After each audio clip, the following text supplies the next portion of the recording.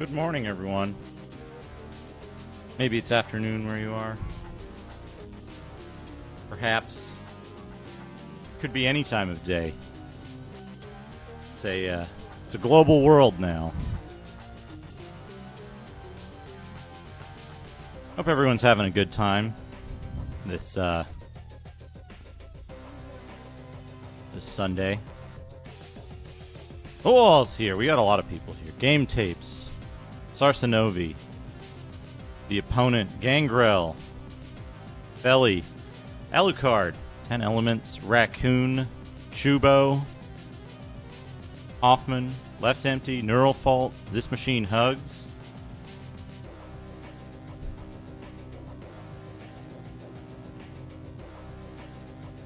Welcome, everyone. I got another disc to burn still. I'm still in the middle of burning discs, and I started during breakfast.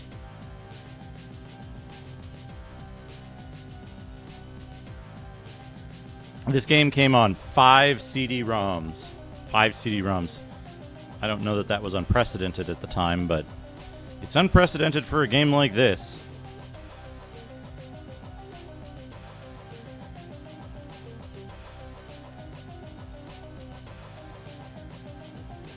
Unprecedented for a game like this. Come to think of it, I don't know if this game has a precedent of any kind. I cannot fucking believe this game exists. I keep forgetting about it because, to me, it's like a fake game that never should have come out.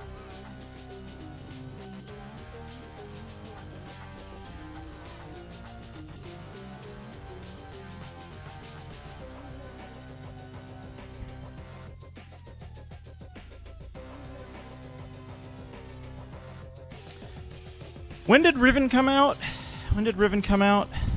What year?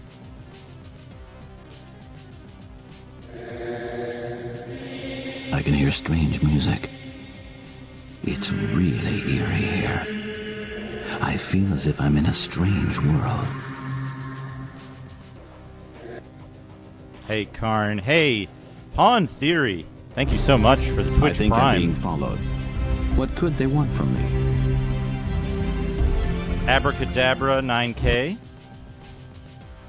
Thank you for the follow. Yeah, so Riven would come out, I think, about a year and a half later. I'm uncertain when this game was actually I think I'm being followed. Released. What could they want from me? Garo 3301316. Thank you for the follow. So yeah, Riven would come out about a year and a half after this game. And what's interesting is the best information I could find is that this game was on sale by Chips and Bits by what year is what is this? August 1996. It was on sale in Chips and Bits. So, they were already advertising it for sale. I think it's Chips and Bits. Actually, I should check that. I just wrote Chips and Bits because it's that style of advertisement. Oh, it's... yeah, it's Chips and Bits. There we go. It's Chips and Bits.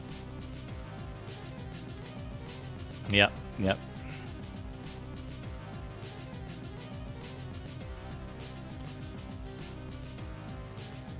Ploppy plop, plop, plop. Yeah. Gabriel Knight 2... Phantasmagoria. There were a number of games. S. Rickshaw, Pac-Man Red. Welcome everybody.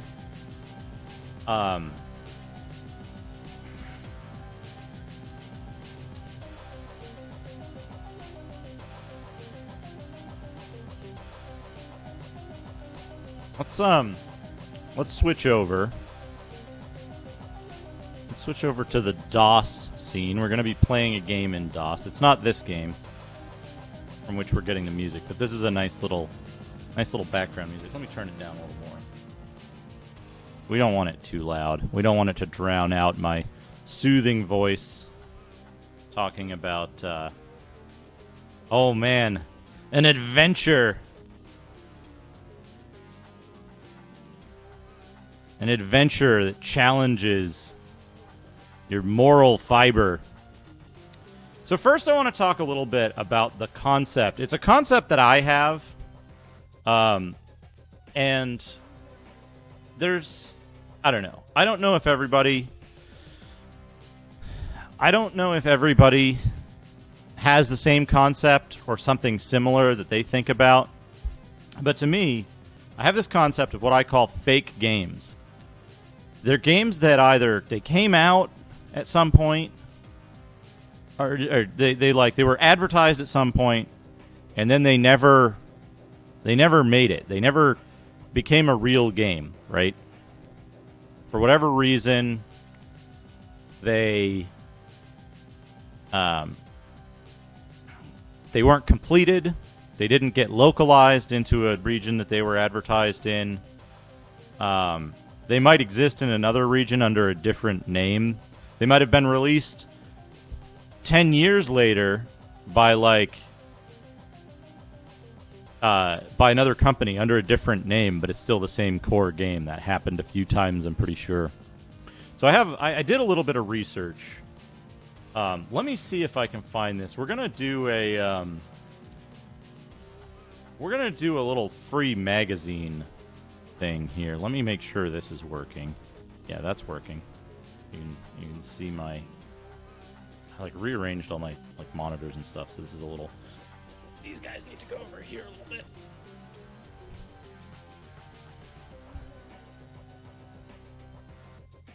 That's fine.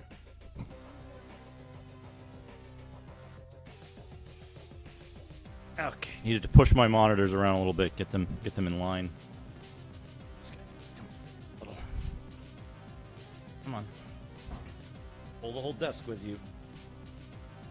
There we go. There we go. We got a nice quality of light. My God, that's fantastic. Hey, Dokan Kun, thank you for the host. I think I missed a couple of hosts early on. 10 Elements and D Junior D. All right, this is correct. So we can turn this on. Hello, everybody. I need to look for a magazine real quick.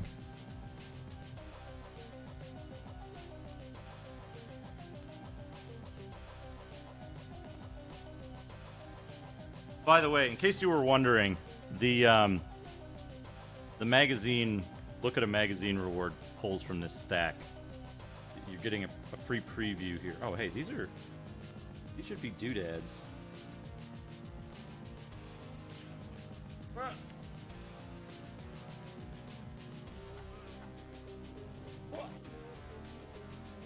Thank you. It was a very cheap rug, very inexpensive. Not one. This might be. Hey, back here. Karnov manual.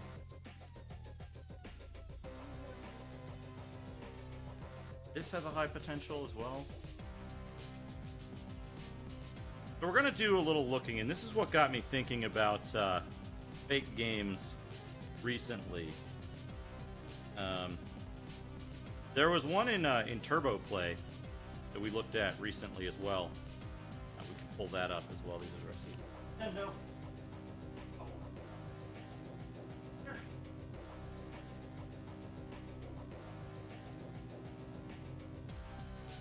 There's one.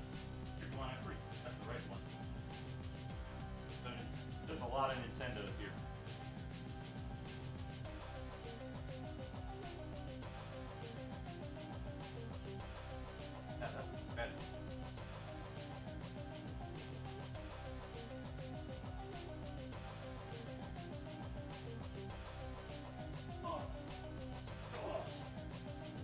Power strategy guide too. These are the ones I was looking for.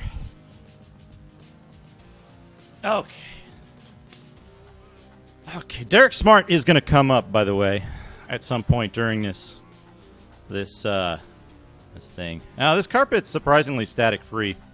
Now, so this is EGM number 9.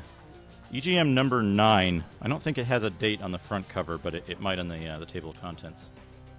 Let's have a look here.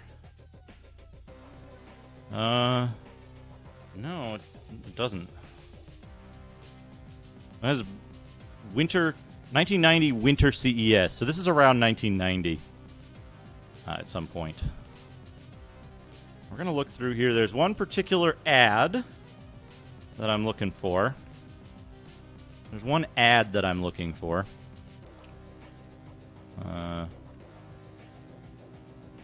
One particular ad, which I think is in this one.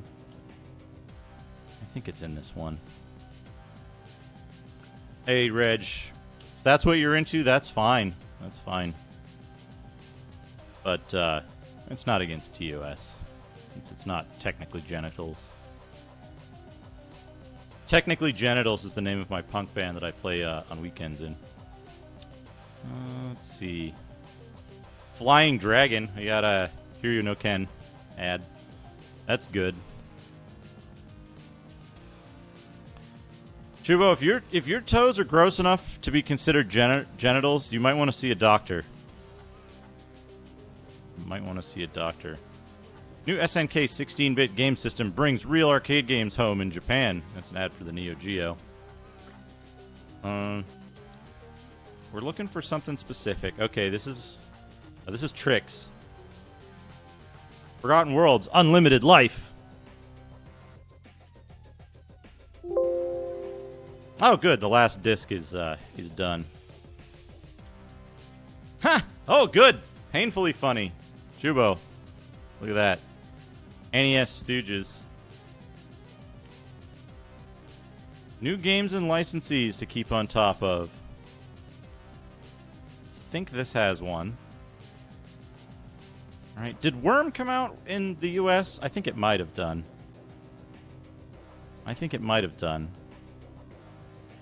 Here we go. Here's a fake game. Cosmic Epsilon. Cosmic Epsilon. Which, like, I mean, looks cool. You got this giant skull dude. Whoa. And, like, Space Harrier gameplay on NES. And here's another one.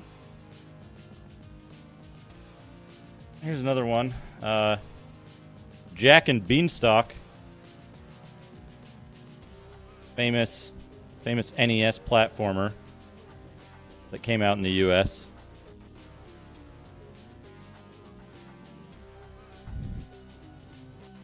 Also, Metal Gear 2 Snake's Revenge, canonical sequel to Metal Gear. Okay, these are the ads. This is Acclaim. These are games that are actually selling. Nightmare on Elm Street. Did that ever come out? Was there ever an LJN Nightmare on Elm Street thing? This one? Okay. What's the one that didn't come out? That, like, got canceled? And was, the one that was, like, people believe it was turned into, they think it was turned into that, like, hopping vampire kung fu game.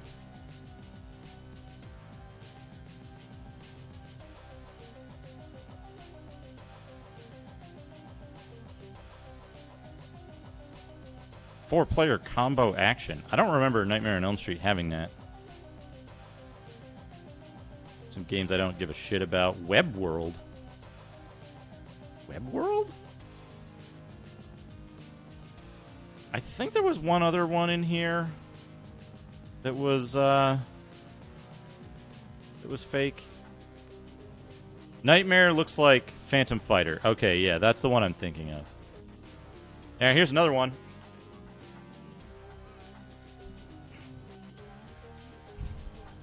Zybots for NES. Like, fucking dungeon crawler.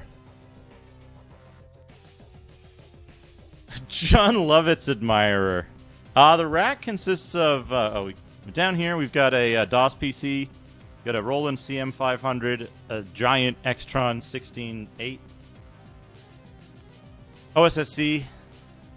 Little USB hub for the IR transceiver. Alesis 3630. I'm forgetting the number. An Alesis 3630 compressor and a Fireface 400 audio interface. But yeah, Zybots on NES, right? Check this out. Here's a game. Here's a fucking game that never, ever, ever came out. Hold on a second. Got, like, image burned things. Look at this. Look at this guy. Wild Boys. Wild Boys, the well-known real game that exists. The glam rock beat-em-up. Bandai. Excellent. Wild Boys. I don't even know. I don't know who these boys are in the picture. Focus on that. It doesn't want to focus, but you get the idea, right? Wild Boys. Uh-oh. What's this? Frank Cifaldi.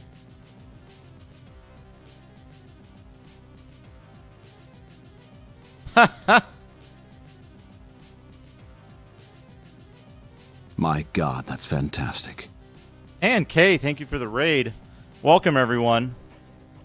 Right now, we're talking about fake games. We're talking about fake games, and this incredible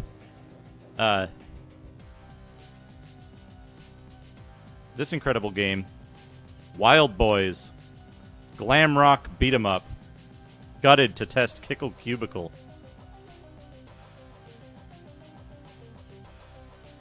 Now, if I remember correctly, and if you know me, my memory isn't great. And hello, Onikuno. Welcome everyone. We're talking about fake games. We're looking at I'm being followed. Some magazines What could with they fake want from games me? in them. We just saw Jack and Beanstalk. What did we see advertised? We saw Jack and Beanstalk. We saw Zybots for NES. We saw Cosmic Epsilon. We just looked at Wild Boys. These are games so dank they don't even exist. Or at least they don't exist as advertised. They were never brought to the Babby on the cover. That's the Iron Sword cover, if I remember correctly. So I think we have some previews here. Where's the preview section? Enter and win. Yeah, this is like Next Wave Nintendo. Twin Cobra, that came out. Ninja Gaiden 2, that came out. Sega Dead Angle, that's real. Scramble Spirit. Ultima 4. I think those are all real. NEC Deep Blue, Dragon Spirit, R-Type.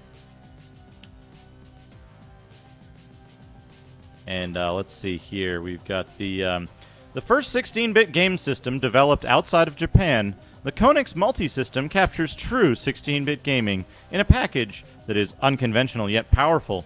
Get the full story on this exciting machine and its future here in the U.S.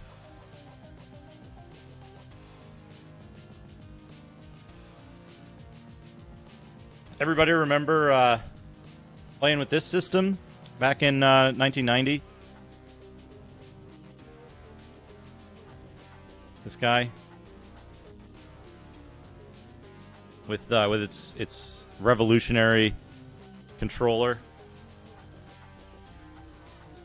Under the hood, look at the power behind the multi-system. Unlike the Sega Genesis or NEC TurboGrafx 16, which both use the more common 6502 and 68000 processors to power exceptional graphics and sounds, the multi-system uses a chip that is more familiar to PCs. The Intel 8086 inside the multi-system does its job well, however, running along at a zippy 12 MHz, as compared to the Genesis's 7.6 MHz and the Turbo's 6 MHz. The 8086 does little of the actual game processing. Instead, it parcels the work out to other specially designed chipsets.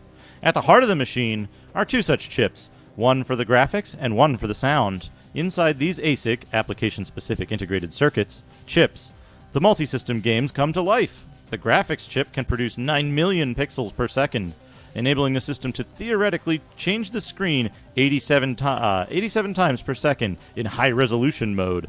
This chipset also makes it possible for the system to draw rectangles, lines, and 3D vector-like graphics in the hardware, making the programmer's life much more carefree. The machine has a palette of 4,096 colors and several resolution modes, including 512 by 200. As far as the audio portion of play is concerned, the multi-system is equally impressive, with a sound chip that Konix compares to the Yamaha DX7 synthesizer used in some arcade games. It also has the ability to play games in stereo through headphones.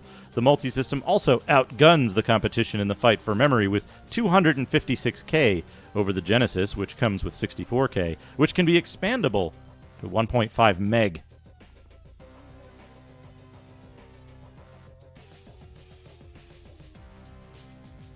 The multi-system disk drive has continual disk access, which has been criticized by many who see frequent breakdowns and pirated programs.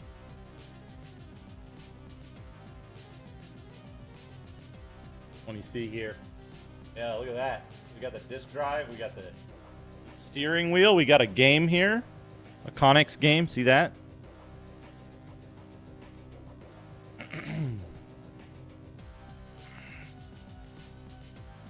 That's the first appearance of the Konix multi-system, also known as the Slipstream. It doesn't exist. It may never have existed. Also special shout out to this real object that exists.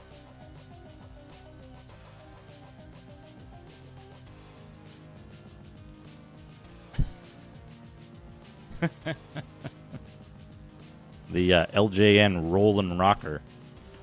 This is a bunch of maps and secrets for games. And like Iron Sword. Is this the one? The Ball? Marble Madness, Sky Shark, Phantasy Star. This might have been where I saw one of the ads for Phantasy Star first.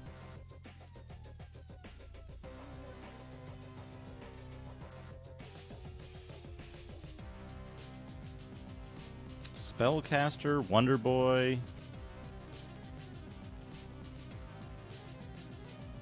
Atari 7800 games, CD-ROM games, and like some secrets for Legendary Axe, Genesis at CES, Telegenesis, the future of video games,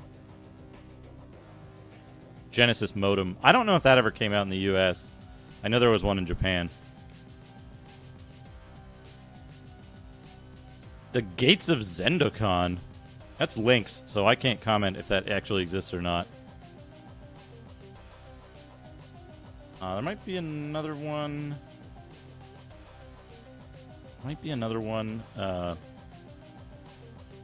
In here? No, it's in the other one. It's in one of the other magazines. I think it's the other EGM. Do I have another EGM? Yeah. EGM with Mega Man 2 on the cover. So this one, it's fairly early on in the magazine too. We still got the still have these cards in it. I guess they're like Dr. Chaos 1943 and Bubble Bobble cards.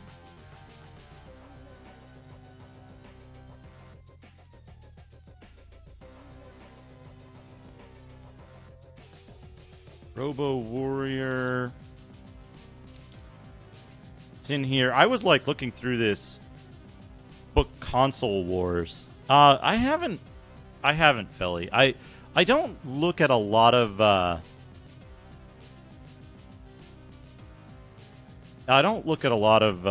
books and stuff. It's a weird way to like present information for me about some of this stuff because I really want to look at the I basically just want to look at the bibliography and then go read that stuff. It's the moment in time stuff that makes me most interested. Fist of the North Star. I think that got its name changed, maybe.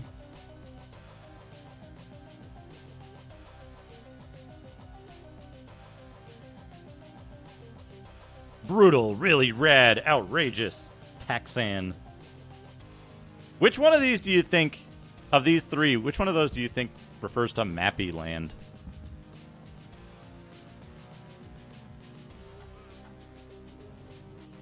I thought it was in this one. Where the hell is it? Oh, here we go. Defeat the Black Castle. Wise. For the Sega Master System. Sega Rastan in here.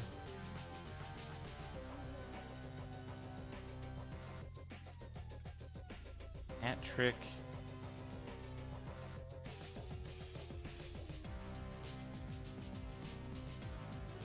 Not a single one of these joysticks looks at all comfortable or ergonomic. Hybris? Oh, that's Amiga. That's not real to begin with. Where the hell is it? Where the hell was that Vic Tokai ad with So if you wanted to see some people's international scoreboard, Zanuck, 15 million by Jeff Yonan. Very strange. I got a Computer Gaming World here. Computer Game Review. I don't think this has anything. Yeah, this isn't. This is much more. This is much more subdued than the EGMs. This one, PC games. I think this one was also pretty subdued, if I remember correctly, in terms of fake games. Like, this is pretty early. Maybe this one had it. Maybe this one had the, Oh, that's a good face. That's a wonderful face to put in a magazine.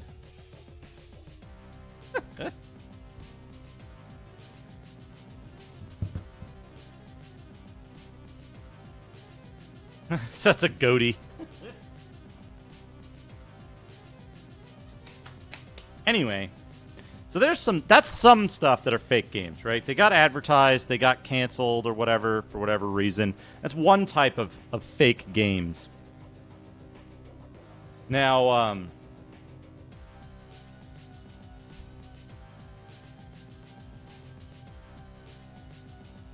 where did I put this? And what the hell was it? What the hell was it called?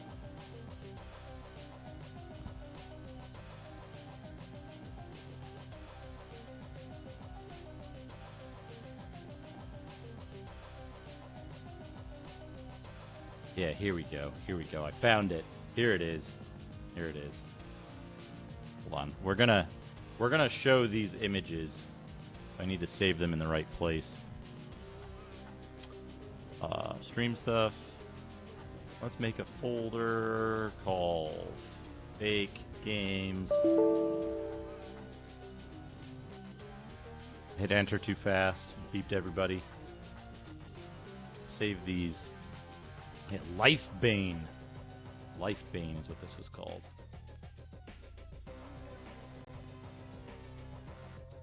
So I want to show this off. This reinforces my my thoughts, right, on why the game that I'm going to be playing when we actually get to it is looks fake as hell. It looks like it does not look like a real game that exists. It looks like some fake joke thing that people made as a jest, a jape. All right, close these windows. Also, hello everyone that I might have missed. I haven't been. Floor is lava. I'm gonna refund your points for Look at a Magazine because we just did like 4 of them. You can have your points back and use that for a later stream when we don't look at like 80. All right. What we want is we want an image. Let's get a new image in here. Image, do not make it visible. Use image. Seems fine. Fake games. This one.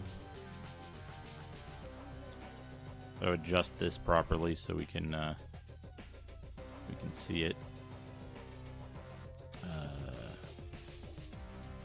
Form. Scale to inner bounds. Okay. Here. Alright, image. There we go. Look at this goblin. Look at this cool goblin. Let me change the scale filtering so that it looks better. Anyway, super low res goblin. Hey, Goaty. Welcome. I wear similar shirts. I have a rotation. Not as small a rotation as Macaw, though. Okay, so we got a goblin. We got whatever these guys are.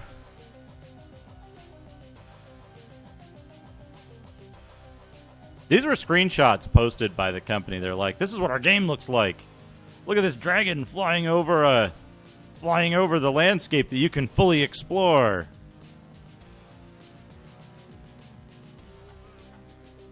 And then later, they would release a number of screenshots to magazines. Like this one. Showing a man fighting another man, possibly an elf, in a library?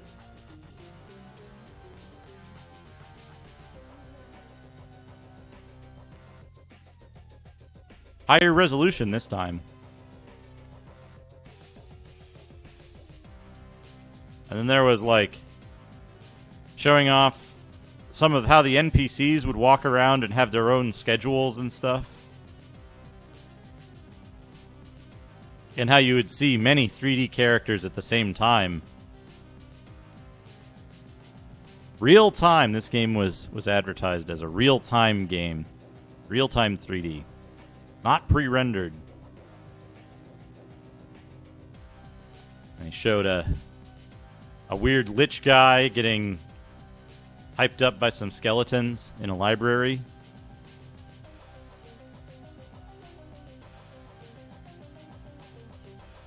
The dithering is from it being in a magazine. These are magazine scans.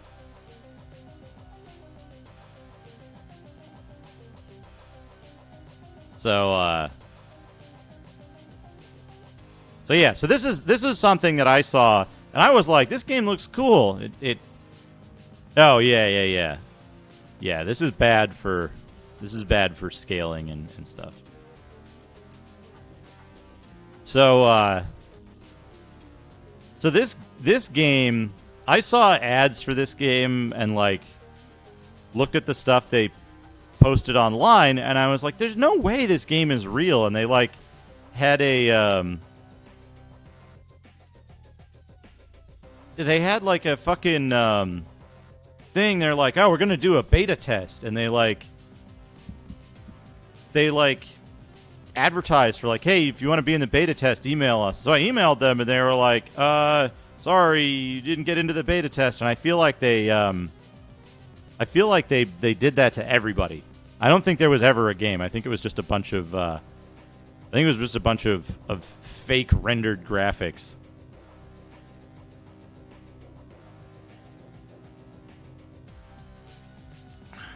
So the game was advertised to be like this huge, incredible thing that was going to be way better than it might have been an investment scam. It might have been something where they were just shopping around the concept. But the fact that they like advertised it as being a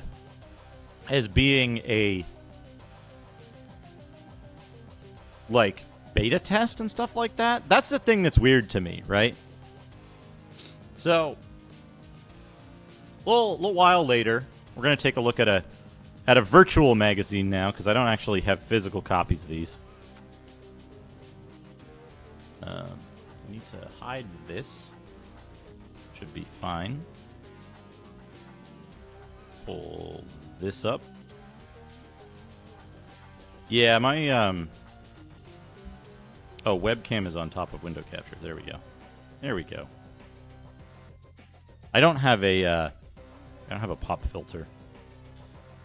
You know what? Hold on. I need to wash my. I think I'm being I'll be right followed. back. Burpo, thank you. What could they want from me?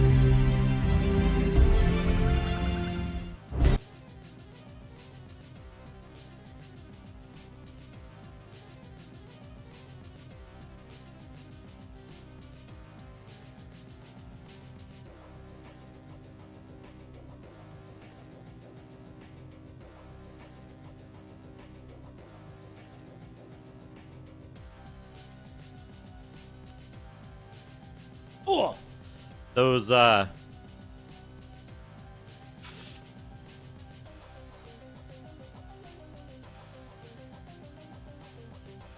I want to get a proper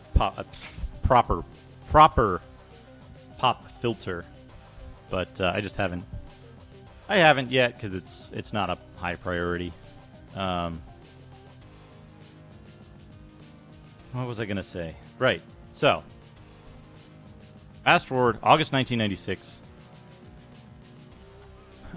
That game that I was showing, Lifebane. What the hell was it called? Lifebane something?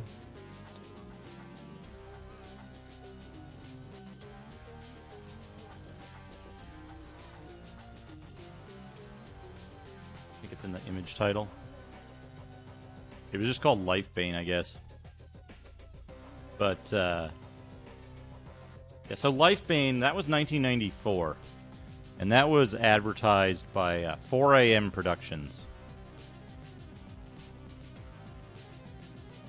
So yeah, 100 plus new games. And we've got just to get an idea of what games were out around this time. We've got Warcraft 2, we've got Duke Nukem 3D. These are the popular games. We had Jazz Drives for $500. We've got Diablo coming out. We've got ads like this. With shit. And then we've got these weirdo strategy games that still look like shit. Yeah, Diablo 1, Reg. Diablo 2 wouldn't be out until 2009. Firefight. Very strange game. I played a little bit of this. Very strange game. Not very good. One of the earliest Windows 95 games I played. This guy playing Marathon. This is what Marathon players look like, by the way.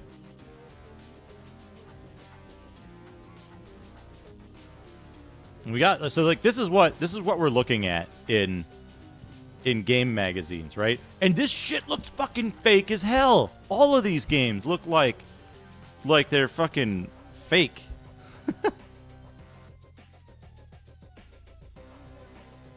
I can't fucking believe this.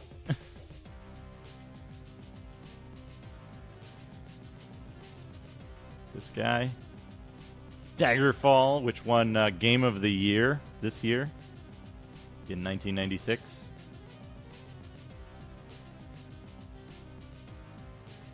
So we got all these new games coming. We got Heroes of Might and Magic. 3DO has purchased New World Computing.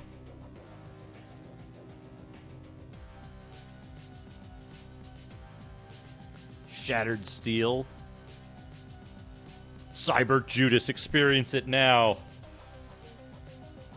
Only the deaths are real. Now, here we go. I don't think I have a way to show this in two-page view. Let me see. View. Facing. No, it's off by one. It's off by one. Here we go. Here's our real game. Actually, wait, book view? Yeah, here we go. Only one adventure has earned the Wizardry title. The Wizardry reality test. Look at this advertisement. This game is not fucking real. Yeah. We have fucking this. Oops. We got this fucking T-pose dragon with a big blooge.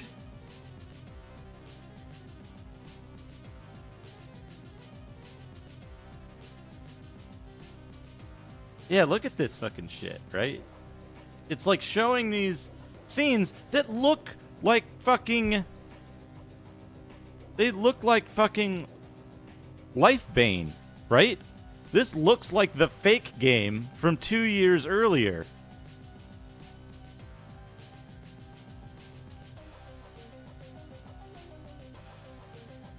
Look at this shit. And we've got like these, we got this bullshit, like the Nemesis world, a real story and real puzzles. The Nemesis world will tantalize your senses with true intrigue, mystery, and excitement in the Wizardry tradition. Nemesis relies on reason and incorporates puzzles that are designed to make sense. How do I want to select that.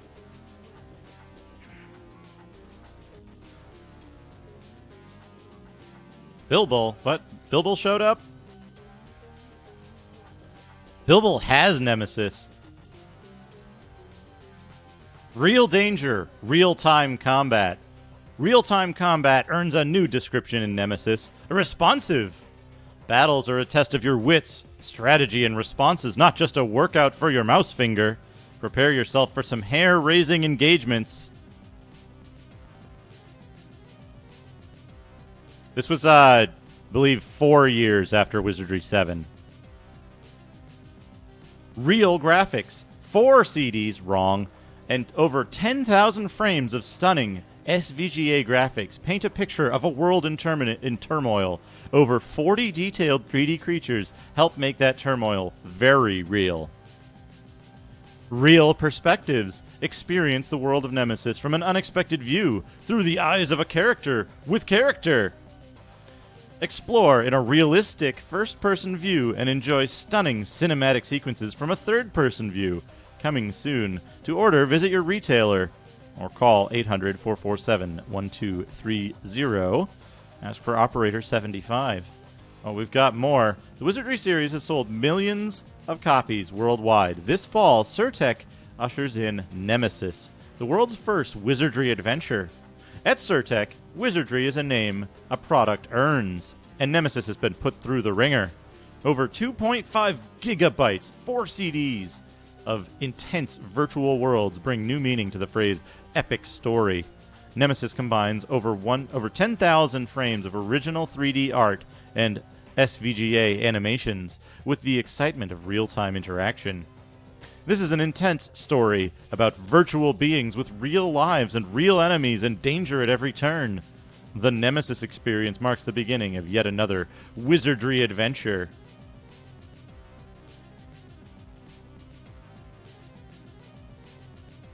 Nemesis, the Wizardry adventure. So this game is real. It exists. It doesn't look real at all, though. Look at this fella. Look at this. Look at this guy.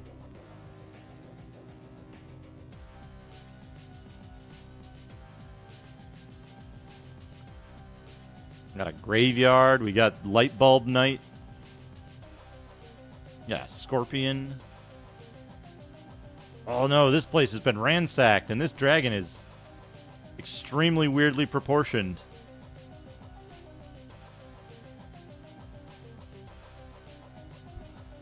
So this is a big 2-page ad. Also, official sponsor, USA Bobsled. Big 2-page ad this got. Look at that. Look at that. Big 2-page ad. Obviously, let's take a look. Obviously, this game has real-time first-person combat. Real-time first-person combat with these extremely fake-looking hands.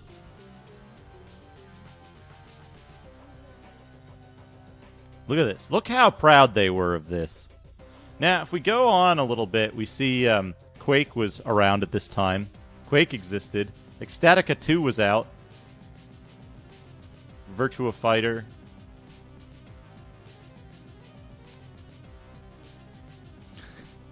I posted this to Discord earlier because the unfortunate page break. The Lighthouse was a game. This was like peak Myst time. We've got Callahan's Cross Time Saloon, the City of Lost Children game, Phantasmagoria 2, some extremely weird advertisements.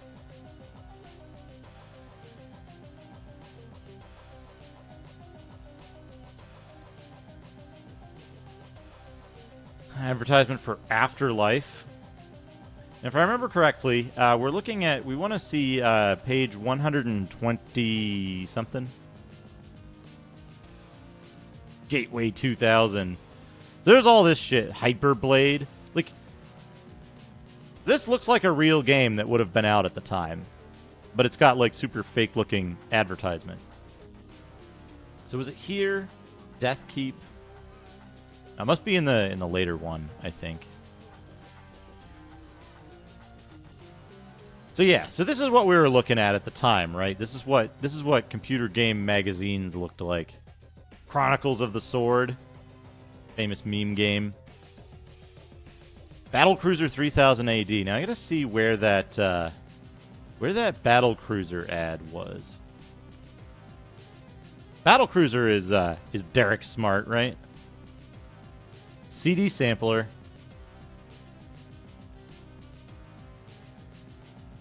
Terra Nova. Was it in this? Was it in this one, or was it in a later one? It might have been in a later magazine. There was a Battlecruiser 3000 AD ad. Strife, trust no one. What you say could get you killed. And, like, look how much advertising was in these things. They were, like, mostly advertisements. Mostly advertisements. Well, let's see here. There was a one-page ad they did, which I think was just the second page. Page 87. It should have been page 87. Yeah, here we go. Let's bring that back up. Yeah, Nemesis. Wizardry adventure. A unique combination of elements creates rich gameplay destined to revolutionize the adventure/RPG standard. 4 CDs packed with extravagant multimedia deliver an epic story. $42. $42 from Chips and Bits. And what? Page 45. I might have just missed it. Yeah, this is the 2-page one. Yeah, this is the 2-page one.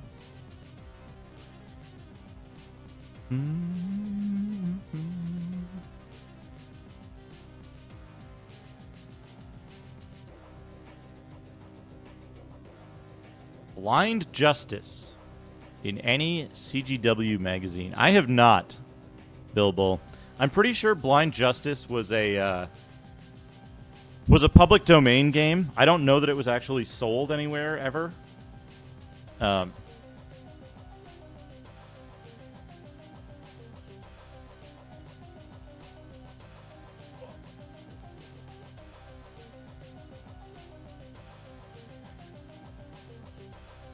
It looks like someone crossed out the Wizardry name. Nemesis. Wiz. Now, what's interesting here is, I don't know what... I don't know what the,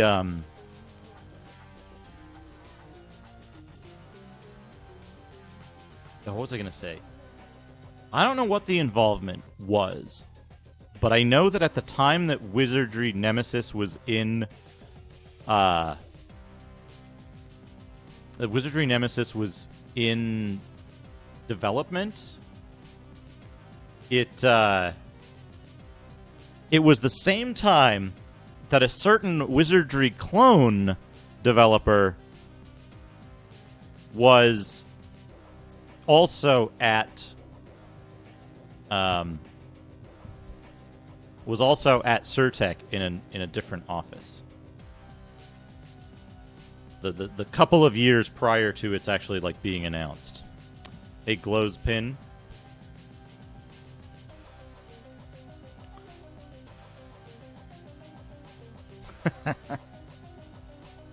We've got this one too. This is another. Now this is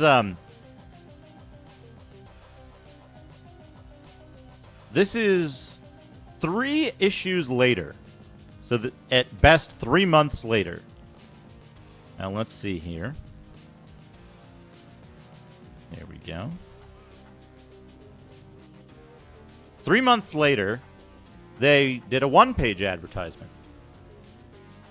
Only one adventure has earned the Wizardry title. The Wizardry series has sold millions of copies worldwide this fall. Surtech ushers in Nemesis, the world's first Wizardry adventure.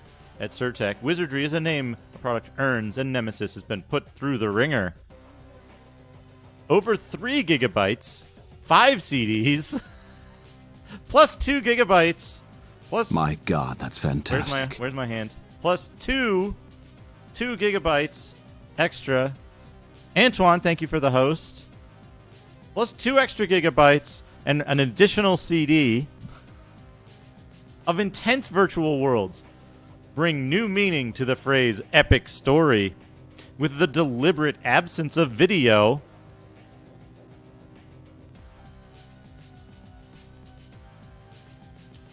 The deliberate absence of video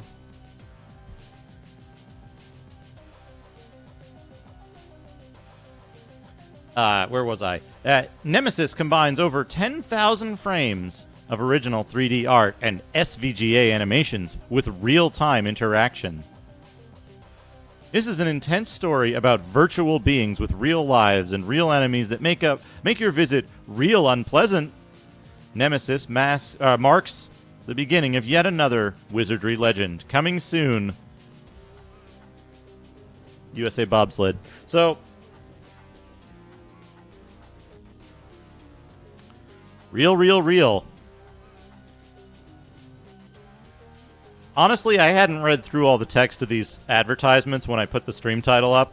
That was just a happy accident. So yeah, we've got this real game, right? Now, the thing is, 3 more issues later, so this is 6 months. 6 months later, from the original 2-page advertisement, page 123. I think I'm being followed. What could they want from me? Cybergunk, thank you for the follow.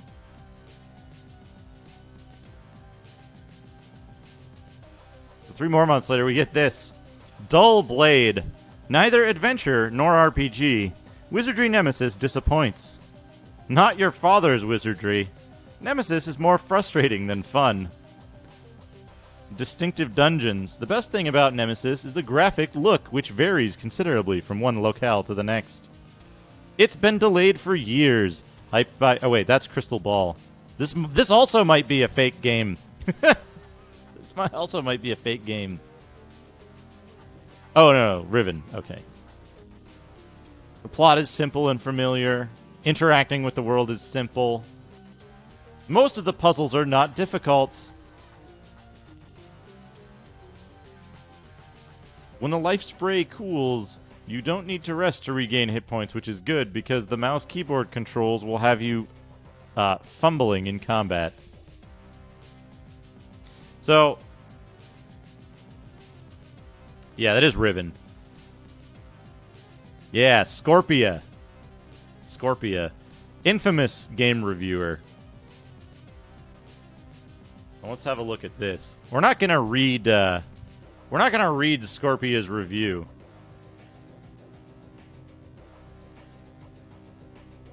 So, system requirements: IBM compatible 486-66 or better processor, MS-DOS 5.0 or higher. 8 megabytes of RAM, 2x CD-ROM, 4x recommended, 256 color SVGA graphics, mouse, most major sound cards, 1 player, No protection. CD must be in drive. Designed by Linda Curry, published by Surtec in Ogdensburg, New York.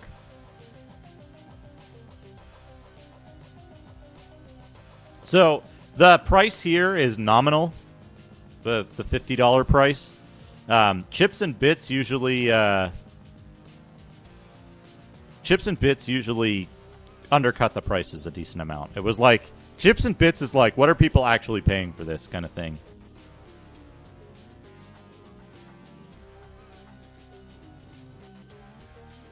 The note at the top of this page. A patch for Wizardry Nemesis fixes a CD switching problem. Instead of reading the volume info for the new disc, it retained the information from the first one. Obviously, this made playing beyond the first CD impossible. The patch is available from Surtec.com, CGW's website at zd.com/gaming. It is 5 CDs. It is 5 CDs. If you do get stuck, the tour guide booklet that comes with Nemesis provides a fairly detailed walkthrough for the first level of the first dungeon, including a map. After that, it has hints for the rest of the game, some obscure, some obvious.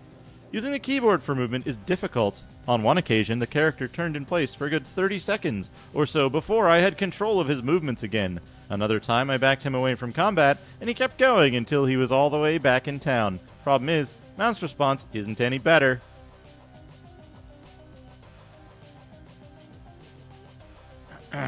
And then we have the same screenshot. No, this isn't the same screenshot. This is a different screenshot.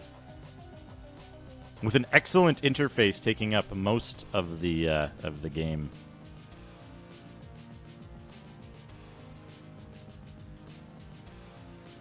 So then we have some other stuff, which I actually haven't unzipped yet. I got distracted. Interface could be a bit larger, yeah.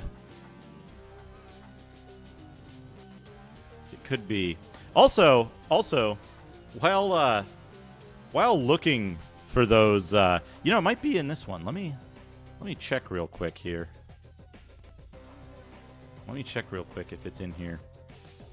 In this last one, there's a bunch of other real fucking fake looking games. Whoops. Why do I have that? That's webcam. That's that. Need to close both of these windows. Open this one. Window capture. There we go. Close the index. I was looking through this, and there's some real fake looking shit in here. Searching for a great action game with a real story. But this Cave Wars. Eat this, Rock Boy. With these fucking races that you can play as. The Advari, the Bergbui dwarf. Gakar, human, has a rifle. I think I'm being followed. What could they want from me? Tezig, thank you for the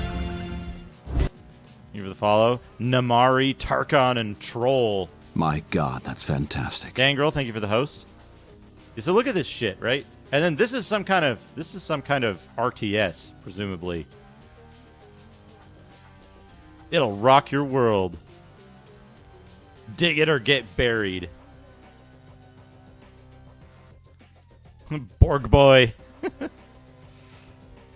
And then what the hell is it? The adventure game that challenges your moral fiber. It's turn-based. Yeah, Fable. Everybody knows Fable. Oh, that's... Yep. This is advertisement in 1996, folks. Hey, Chiz. How's it going? Dragon Dice. Which, I didn't know there was a Dragon Dice game. I thought that was a, pack-in thing in fucking Dragon Magazine. Power Slave. Incredible game. Oh. This is a real game. What am I looking for, though? Oh, right. I'm looking for another game that I...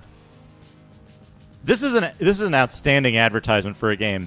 Just, like, 8 people's faces and no, like, fucking...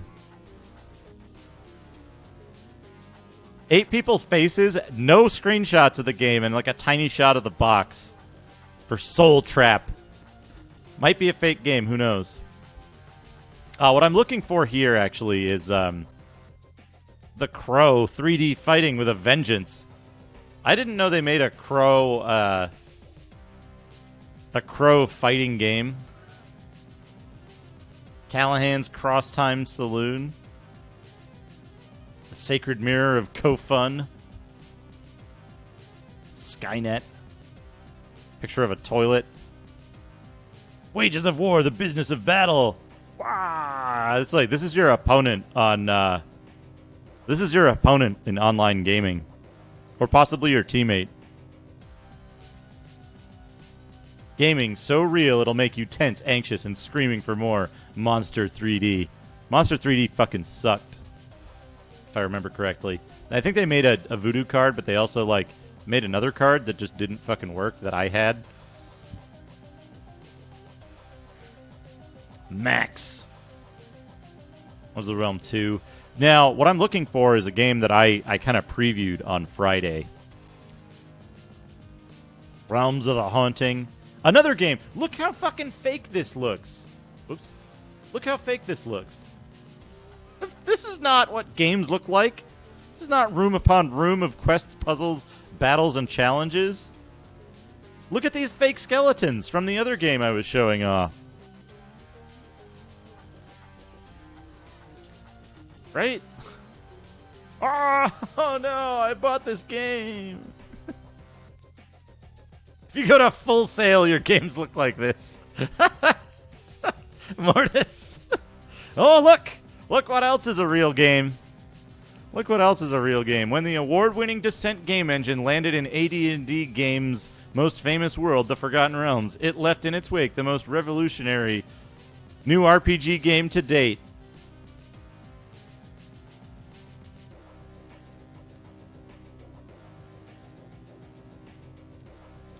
Yeah, all the C64 games with screenshots of Amiga versions. look at his face. Hunter Hunted. I don't...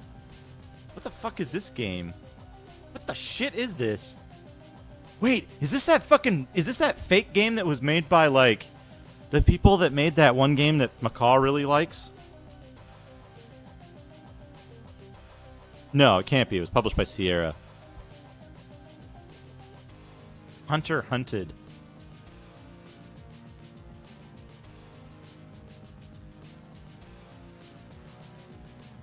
Good.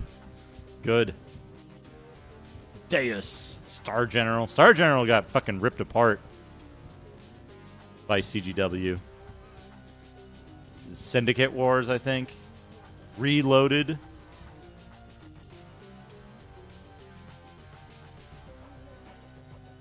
A guy getting tattooed loser on his forehead for using the Sidewinder. We've got an orb controller here, the Space Orb 360.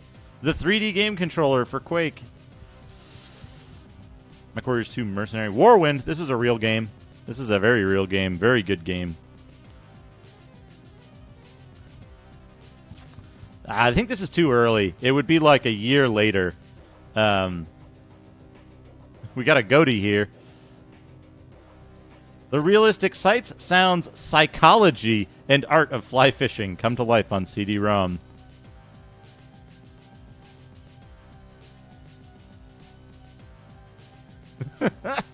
The psychology. Fish psychology. Yeah. So it wouldn't be until a bit later that... It wouldn't be until a little bit later that they would... It's like, look at this thing. This isn't real. These aren't real games. I mean, they do show some screenshots of the game itself, but... fucking... It's one of the games that I played on Friday this week was in here, which is Meat Puppet. It had like full page or 2-page advertisements, like 4 issues in a row. I don't think we're going to see anything else that interesting. Yeah, Privateer. Privateer always had the back cover. Privateer 2. Also not a very good game in my experience. Yeah, Meat Puppet. Meat Puppet. Okay, so those are the ads and kind of the reviews and everything surrounding this game. It really, like, it was real. It really existed. Hey, Chiz. Yeah. We're doing lore time. We're doing story time. We had the magazines out and stuff, so we got this now. We got this. We got the manual. We got the manual now.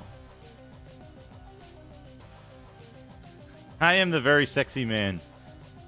Glad I finally get the recognition I deserve. Yeah, so the Wizardry Adventure, Wizardry Adventure Nemesis manual from Surtech 1 2 3 4 5 6 7 8 9 0.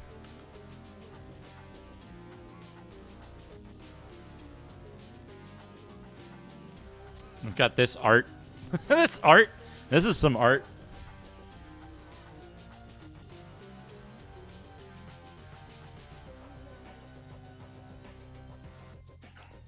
She's not having it.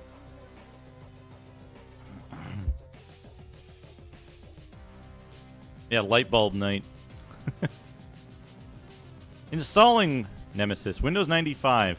Nemesis is not a Windows 95 native program, but will run in DOS mode. It gives you a choice of minimal, medium, or maximum installations. Generally, the more you install to your hard drive, the faster Nemesis will run. Place CD number 1 in your CD drive. Installation will begin automatically if Windows is configured to do so. Otherwise, begin the installation manually by starting the setup program.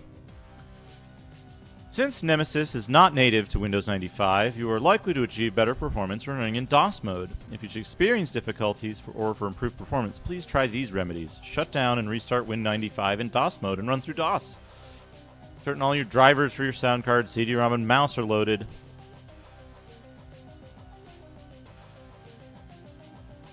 Tells you how to do that. Installing DOS. Minimal, medium, or maximum installations. Place CD1 in your CD drive. Log on to your CD drive, usually. Sad face.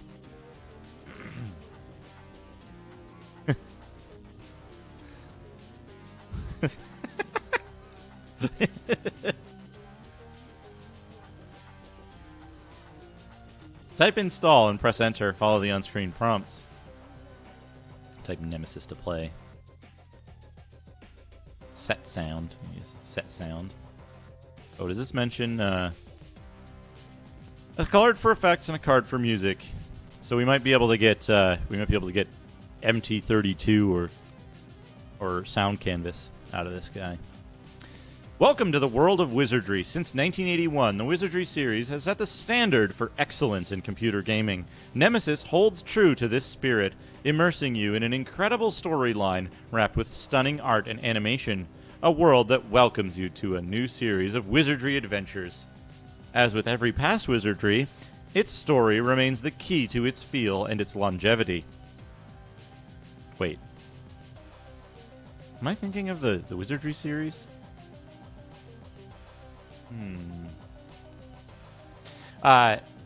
Expecting only to take a journey to a nearby town, you instead find yourself in the midst of a magic, a power, and a time you neither know nor understand. What has led you into the grasp of this ancient and sinister prophecy?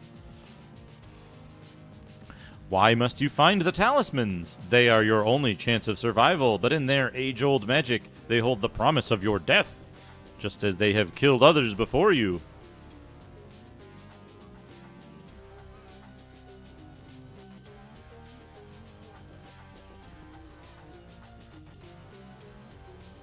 Hey, Nellistos. This is This is the world that is Nemesis. What courage you summon to succeed and survive in this world is within you. Your intelligence will overcome traps, and your strength will sink your sword deep within your darkest foe. And through it all, you hold in your hands the power to set yourself free. Welcome to the world that is Nemesis.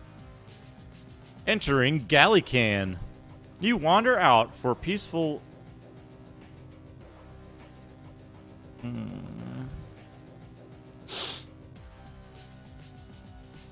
You wander out for peaceful look about Gallican, your new home. Just you, the trees, the warm summer air, and then that strange sound in the distance. It grows closer until its source is upon you, and before you can react, your bright sunny afternoon grows painfully dark.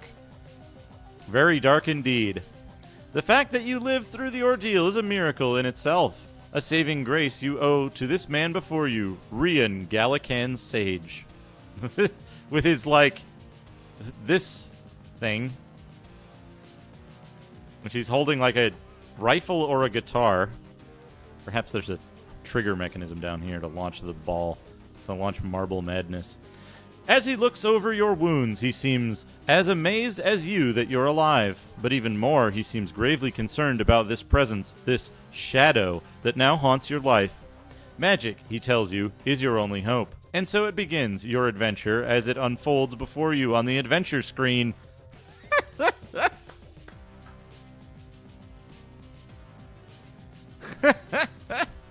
A galley can. A galley can is something that you use in the kitchen of a ship.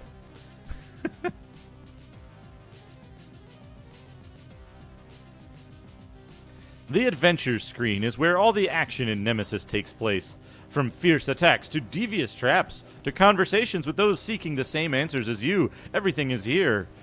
When you first begin adventuring in your game, you'll see a screen similar to the one below. Known spell active. Known spell. Game options. Main window. Status bar. Compass automap. Logbook. Enter combat. You fast equip. Complete inventory. Ready belt. Movement cursor. Available item. Moving around in Nemesis, the action doesn't come to you unless it's carrying a sword with your name on it, of course. You go to it. To move around, just point the movement cursor in any available direction and click. Holding down the control key while using the side arrow keys allows you to sidestep.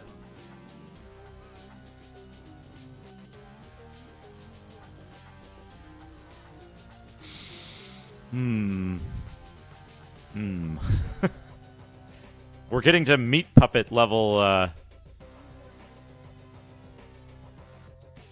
we're getting to meat puppet levels of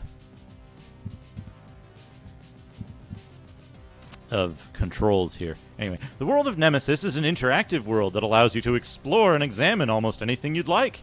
Depending on the particular situation, you might want to examine something, pick it up, use it, or give it to another person. Left click. Examine. That piece of harmless-looking rope on the floor might just be the first piece of a chain reaction that ends with you being squished like a bug under a dragon's butt. That's why it's a good idea to look before you leap. You might get some good insight about something. To investigate anything, just left-click when you see the pointing hand. Right-click. Action. If you want to take, read, talk to, touch, or otherwise act upon something, right-click when you see the pointing hand. The right-click is effectively the action verb of the game. Right-click grab.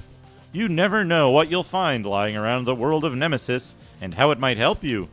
Whenever there's an item you can pick up, you'll see a grabbing hand. Right-click to grab the item and place it in your inventory, the belt buckle on the bottom of your screen, or your ready belt. You keep your inventory in your pants, apparently. When you click on an item and move it into the main window, it becomes your cursor. From here, you can use it, give it away, drop it, or hurl it down the hall. Left-click to toggle through the different options, and right-click to put them to action. Use. Whenever you have an item in your hand, the default Use cursor appears. It turns yellow over any hotspots. When you see the yellow use cursor, just right-click to try to put it into action. Of course, you'll want to try this when it's appropriate, like a key on a door, for instance. Give. People you meet in the world of Nemesis might be inclined to accept an item of importance.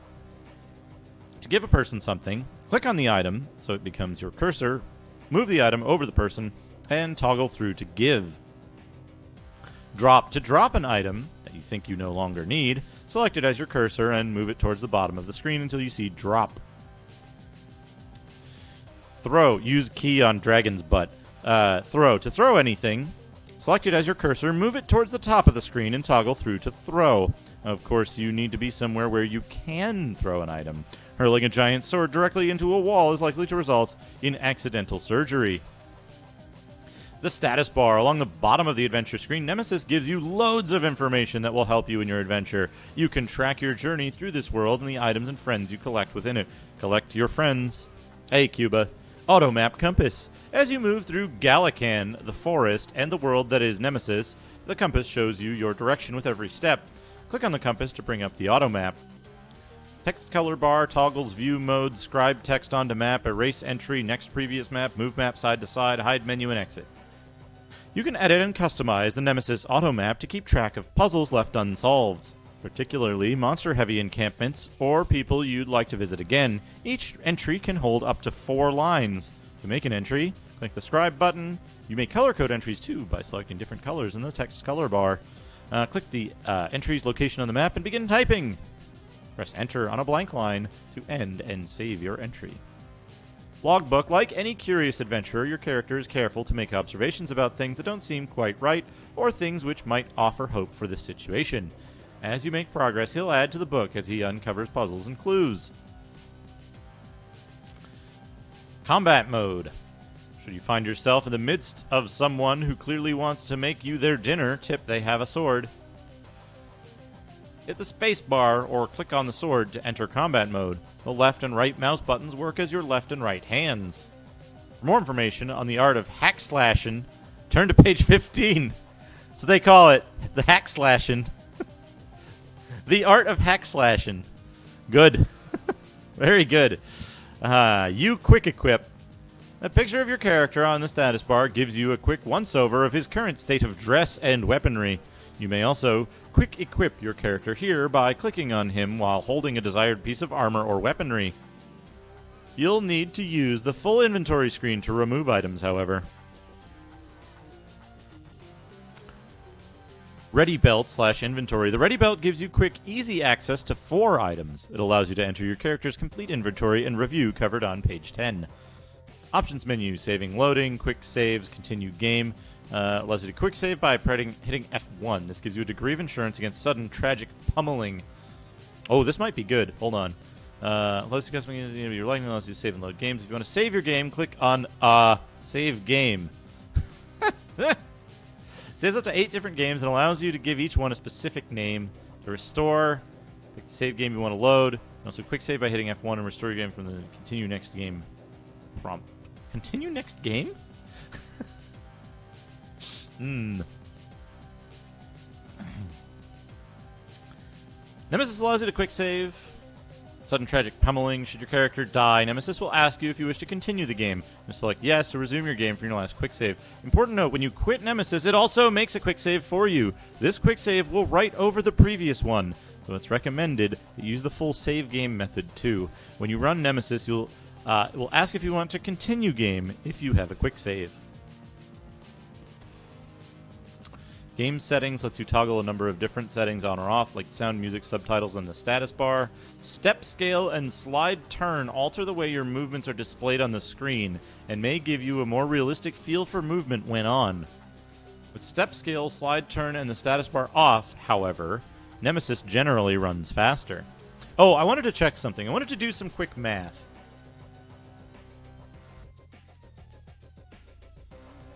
This game contains 2.77 repeating minutes of animation, by the way.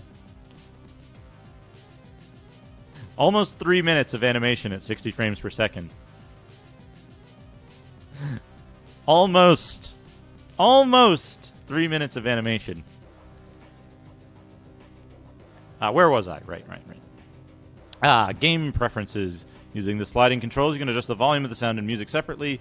You can also adjust the contrast and brightness to suit your preference and display. Inventory and review screen. Everything you ever wanted to know about your character and his possessions, you'll find on the inventory and review screen, which seems to be not very much. You can hold 25 items. And there's items on the ground that appear here as well. Hourglass, protection, ready belt. The ready belt allows you from the adventure screen to your... The ready belt follows you from adventure screen to your character's inventory so you can easily swap items, get items, or empty the belt into his inventory. It's often a good idea to place things here you might need in a hurry.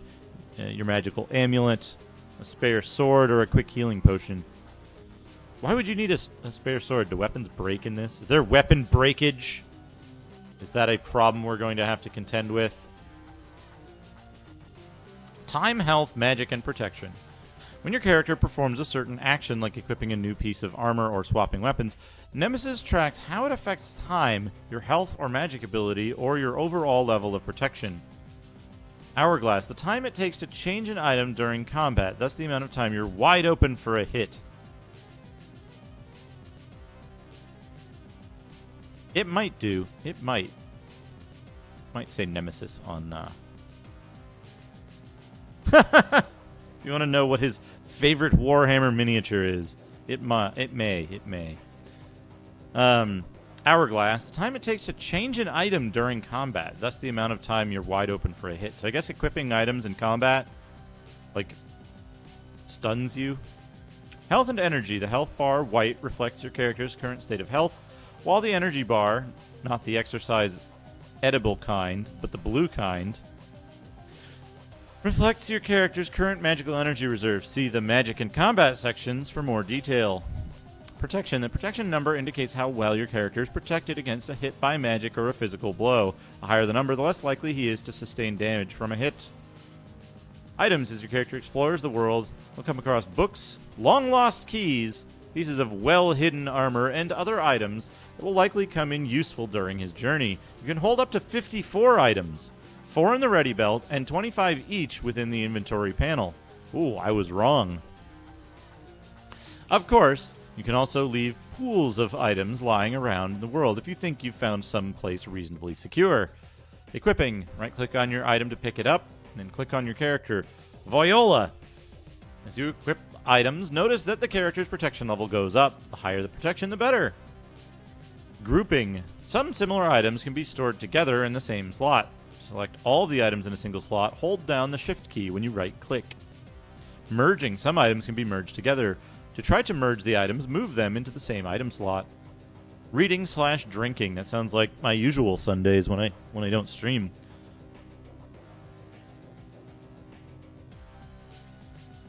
To read, eat, or drink items, right-click to pick the item up, then click the item before your character's face. Click the item before your character's face. To drop items you no longer wish to carry around, right-click to pick them up and then place them on the floor. Items you place on the floor remain where you dropped them. Oh, boy. Oh, my. What a picture. What a picture. That cat is in a precarious situation. It's hanging onto the blade of a sword. Is Anne still here? I think Anne should see this.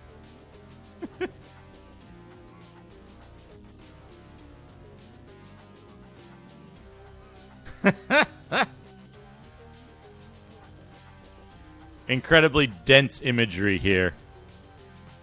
Yeah, the blooge is hidden. He might not be wearing anything other than a cape. He might be wearing only a cape. Oh, no, wait. I see here he's got a... This is either a bangle or a shirt sleeve, and I can't really tell which. I think these are supposed to be, that's supposed to be a, like, what's it called? The lace-up shirt?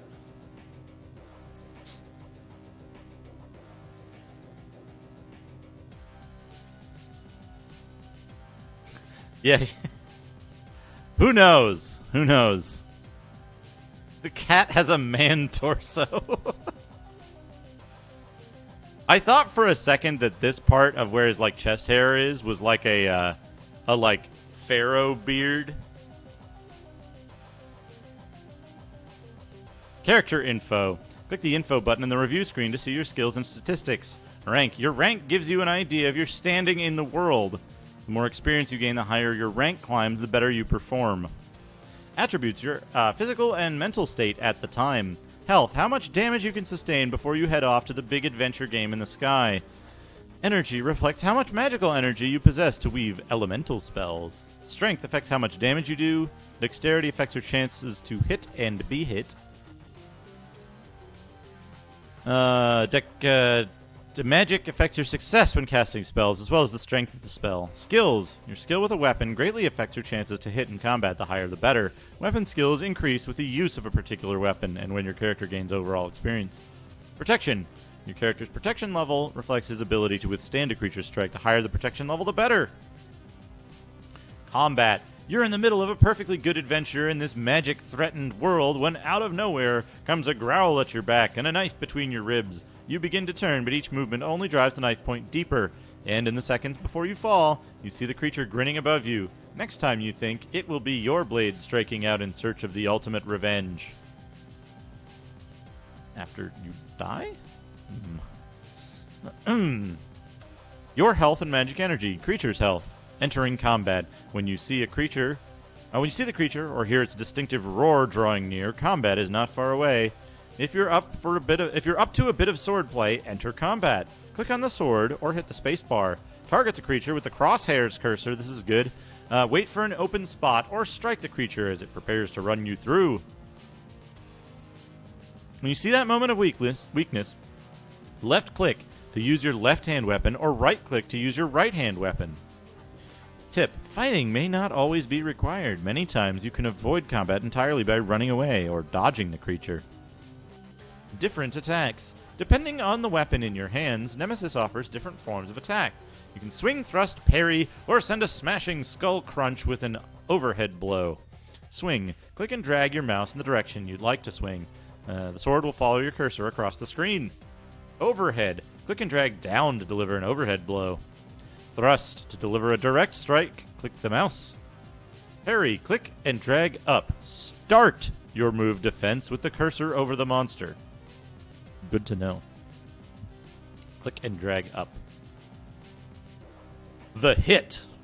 The wonderful sound of sword connecting with creature allows you to continue another day in the world of Nemesis. I bet when you hit with a sword, it's either like an extremely shitty clang noise, or it's like, no matter what monster it is, even if it's a skeleton. When you hit the creature, you'll see it will flash white to indicate a successful aim. Oh. When you hit a creature, you'll see it will flash white to indicate a successful aim.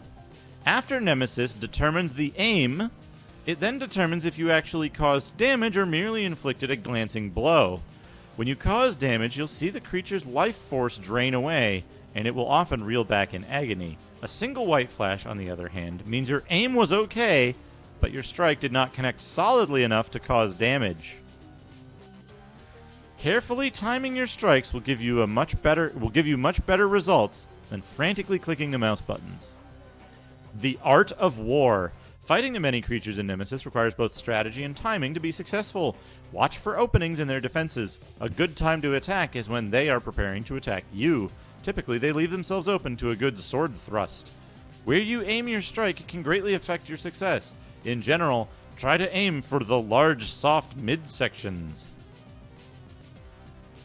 Effects of skills. Your ability to strike for damage will generally improve as your skill with a particular weapon improves. By reviewing your character, you can take a gander at his various levels of weaponry skill. By sticking to a weapon you know well, you might do better in a really sticky situation. Other times, when you're in an area you feel confident you can handle, try improving your skill with other weapons. You'll find a great variety to experiment with. Changing armor and weapons. The time it takes to change armor and weapons is reflected by the hourglass symbol. When you exit the inventory screen, you'll be unable to attack until the hourglass empties. You can still move, however. Okay, good. Ending, retreating, and moving in combat. To move while in combat, use the keyboard arrow keys. The control key, sideways arrows, allows you to sidestep.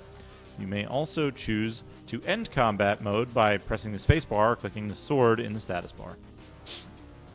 Magic. In Nemesis, magic is twofold art. First, you learn the power of the elements themselves. Then you learn the spells to use and channel those powers. Those elements and their spells can be called upon to wield both offensive and defensive magic, to hinder your enemies and to help yourself. Learning spells. As you move through your adventure in Nemesis, you'll meet many magical people and creatures, some of which might just share their magic with you. They may hand you a scroll, an age-old artifact passed from magician to magician. Within the scroll is the knowledge to channel the elements that you have come to understand. Once the words are said, the seal is broken, and the spell is learned, you will know the spell forever. In Nemesis, there are 8 possible spells. Each one can be used either offensively or defensively for a total of 16 different effects. Active spell, unknown spell, known spell. There are 8 spells in this 3 GB 5 CD game.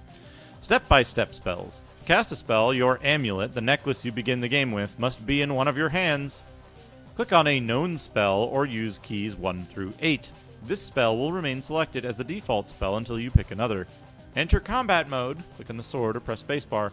Channel the spell. Click the left or right mouse button, depending on which hand you are holding your amulet in, to begin channeling your magic power into the amulet. You'll see your energy bar begin to drop.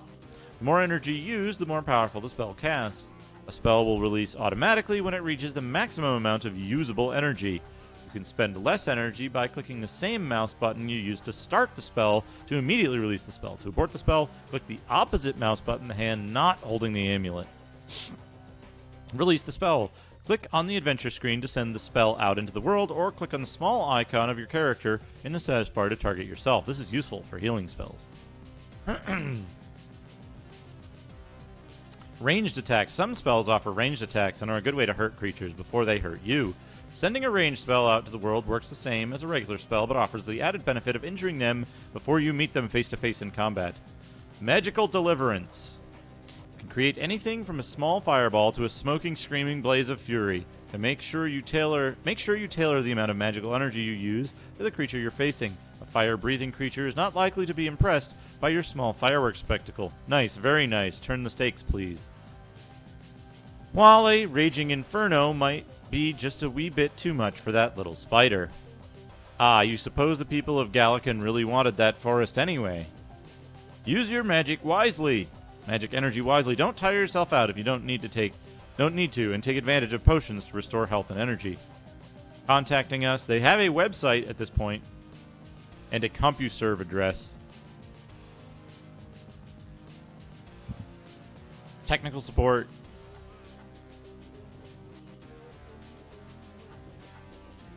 Disc replacement. Credits. Producer and director, Linda Curry. Original concept, Ian Curry. Story and game design, Linda Curry. Additional design, Ian Curry. Brett Rowden. Derek Bellend. Cyrus Hogg.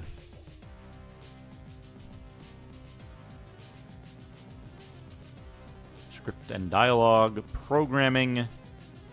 Made by a very small team. Everyone wearing multiple hats. Yep, Smacker Technology.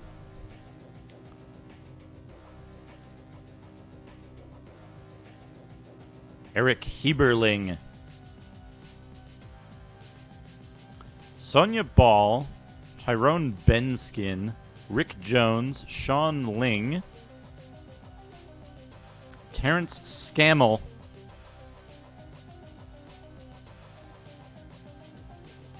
Marc-Andre Bourbonnaise. I think Bourbonnaise is like a type of sauce. Dimitri Joannides did the manual illustrations. following acknowledgments and support. All of our testers who didn't get credited in the manual. Oh, here they are. Beta testers.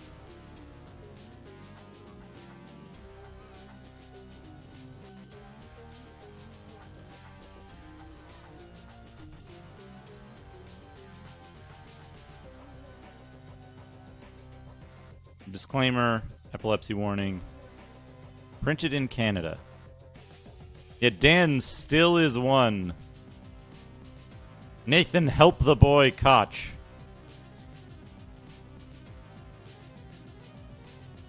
Anyway. That's the manual. That's the introduction there, the manual. Now, the other thing that I need to check. I need to check if I usually don't do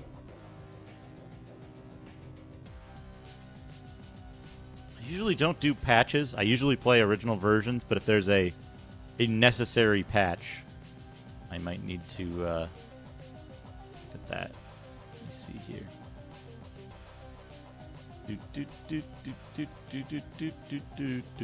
Nope. There's no patch. There's no patch. Usually the Russians are ball, cock, and hog. Yeah, good names. So now, we're over here. Ooh. Nemesis Wiz, Disc 1. Let's get started. Let's get started on installing the game.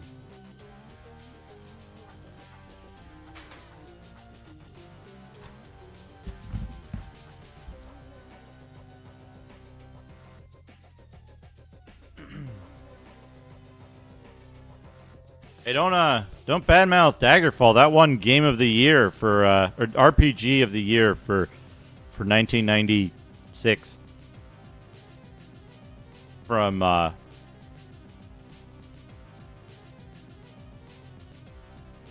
what you call it, CGW.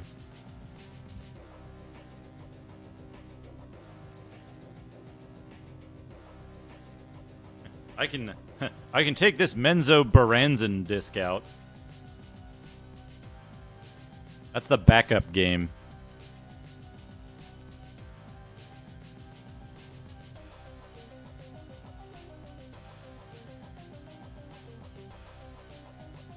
Okay. I forgot to update the title.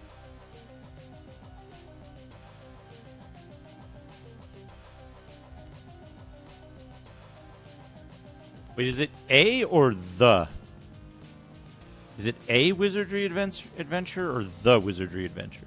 The Wizardry Adventure. Nemesis. Okay. Quit to DOS. Yes. R. It's possible that Scorpio was full of shit.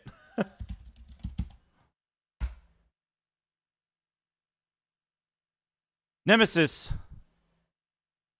installation program version 1.3, copyright 1995.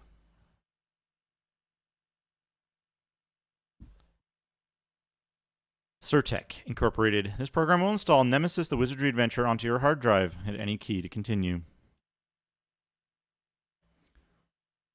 Scoripa! Yes, Scorpia reviewed it for CGW in 1996, the end of 1996. Hang on, collecting system info. You see that these days? You get all paranoid. You're like, wait, what kind of info are you collecting for my system? I didn't give you permission to do this. Install demos.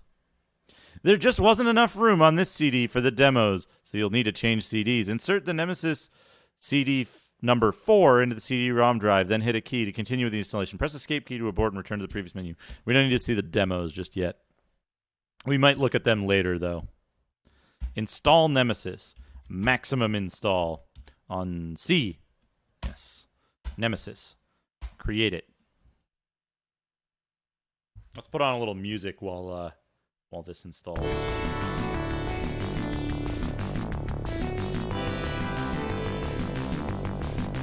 I'm actually going to take a quick break while this runs. I'll be right back.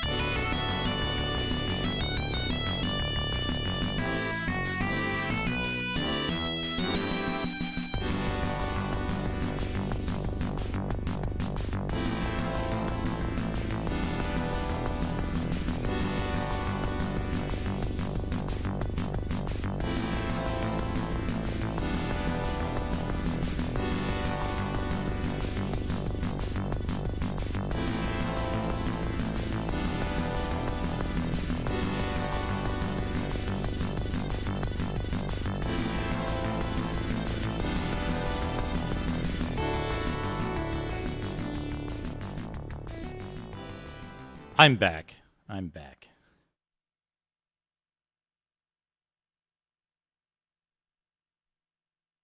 Here we go. We might need to, welcome to the electronic registration program.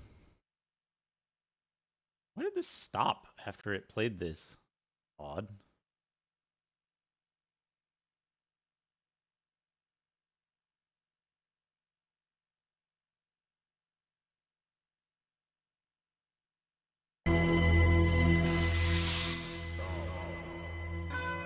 If the modem is connected to your computer and you wish to register this product, please press C to continue. Otherwise, press Escape to exit.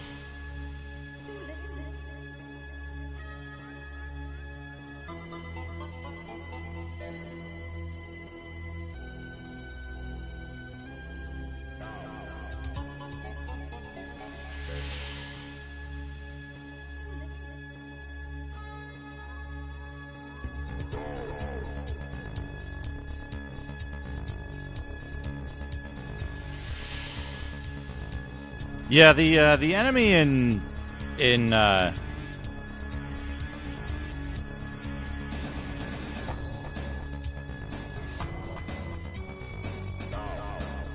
enemy in Might and Magic 3 is unfortunate. But what I find most unfortunate about the whole deal is Scorpia was generally a quite bad game reviewer. And this is why the Might and Magic 3 thing is so regrettable, is that Scorpia was a particularly poor game journalist at the time. Her articles about games were not good. And I think that the inclusion of the enemy in Might and Magic 3 gave kind of a, like, apologist response to Scorpia's continued employment, which, like, sucks, but also, like, it was super inappropriate. But, hey, I'm rambling because I can. Nobody has to watch. Yeah, it was like the whole Scorpia deal. Hey, Al, how's it going? We just finished going through all the, like, magazines and bullshit and, like, lead up to this real game. It's a real game made by humans in 1996. And I still think it looks fake as goddamn hell. Also, you'll notice it did not run set sound at all on its own. We have to run set sound separately. This will create a configuration file for digital sound effects and MIDI music to be used by your sound card. Oh, we need to stop the music so we can hear what's going on here. Do I have MIDI aux open? Yes, I do.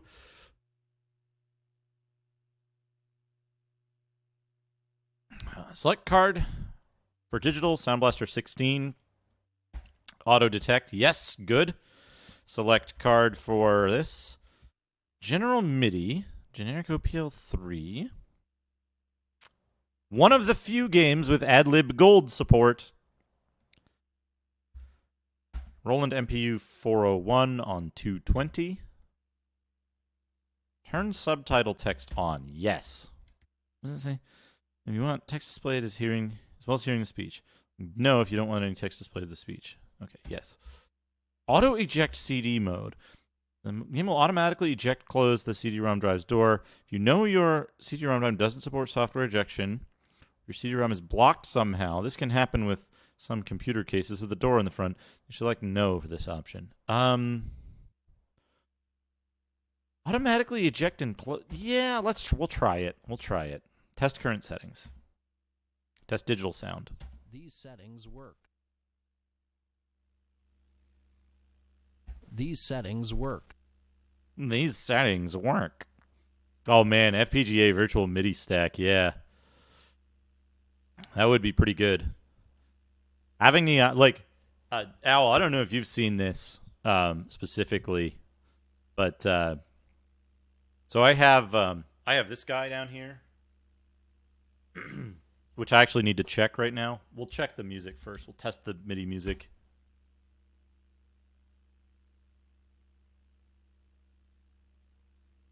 Can't use current settings, but found these instead. Try with these settings. Yes.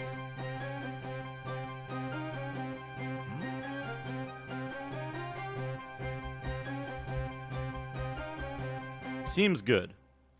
So we'll save it. We'll save it as is. But I want to show this off in case folks haven't seen this before.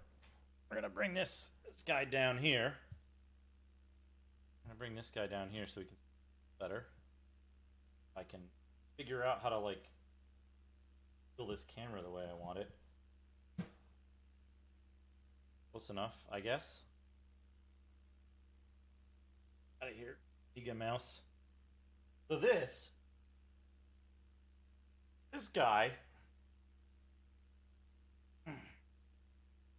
the Roland CM500. Ooh, it would focus. So the CM500 is a special piece of MIDI hardware. Bring the camera down further. Hold on.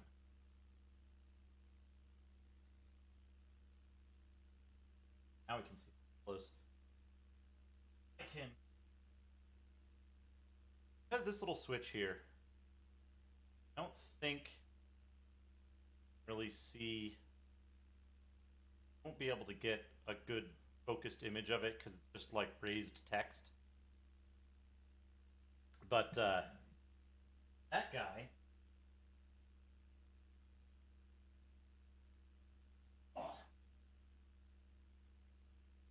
that guy is a switch between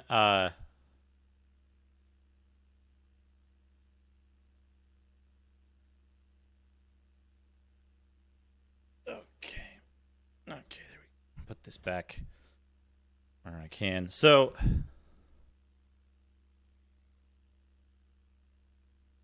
yeah, so the that little switch on the back, that little dial, the tiny little dial, switches it between 4 different modes. It has CM32L mode, it has CM64 mode, CM300 mode, which is identical in functionality to a Sound Canvas 55, and it has CM500 mode, which extends the Sound Canvas 55. And between those 4 modes, it can do almost any GM or GS game.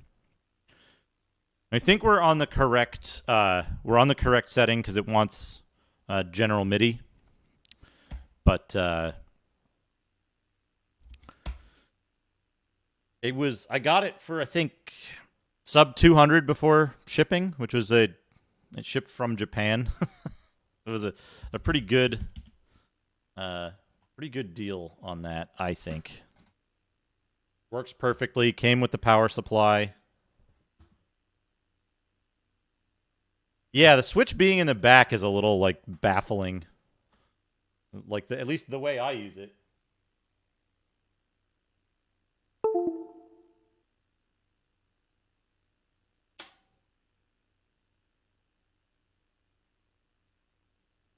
I need one thing before we start. I need my mouse pad. I'll be right back.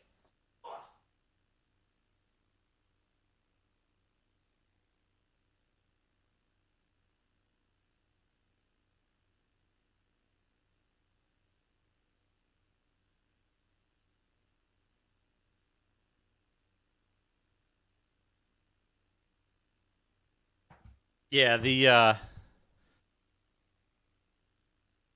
Zetsubera, welcome. Yeah, Nemesis, a very real game. A very real game that exists, that was made by normal human beings in 1996 and the like 4 years prior to that, presumably. Nemesis. Let's get started. I've never run this game before in my entire life, by the way.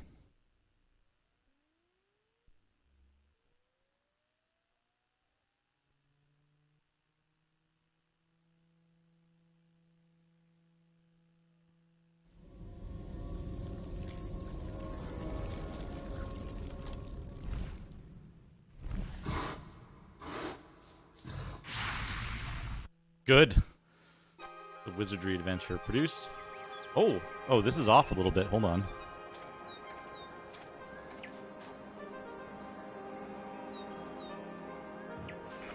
I need this.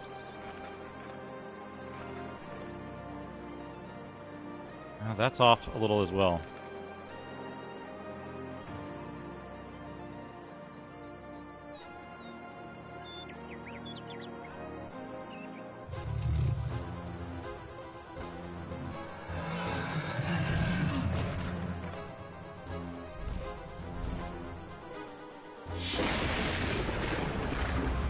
Hey, there's no video in this. You're awake and lucky to be alive. It is clear that your life is in danger. The magic of Nithra has been awakened and seems to have set its sights on you. Virtually all knowledge lost, an entire society destroyed. Look here. These ancient talismans survived the destruction of Nithra, and it is likely they have surfaced again. We do not yet know what can be done to stop the force of this magic. This magic will continue its pursuit of you, and you, a commoner with no magical skills, are completely unprepared to deal with this threat. You have little choice. You need to understand our magic. What is my guy Without doing with his answers, hands? We guarantee your death. Oh! That last frame. No good. I need to make, I think, a slight adjustment. A couple slight adjustments here. Input settings. Oh, we might be able to do this in-game. Hold on. Oh, game options are up here, yeah.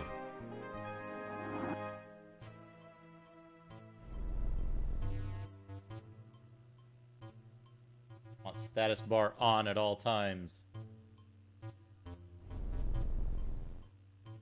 Game settings? Oh, that was that. Preferences.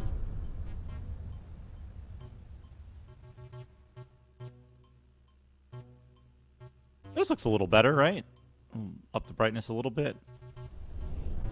Okay, that looks better there. But now we need to check sizing. Data path timing. DOS 480. Here's the one we need. DOS 480. So this needs to go off. This needs to go on. This needs to be... whoopsie. 1280 by 480. Yes.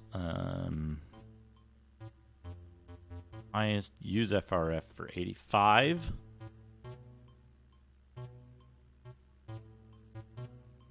Okay.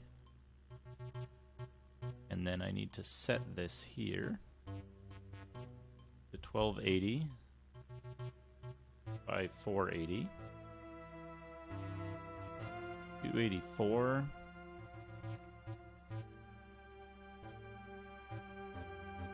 1600.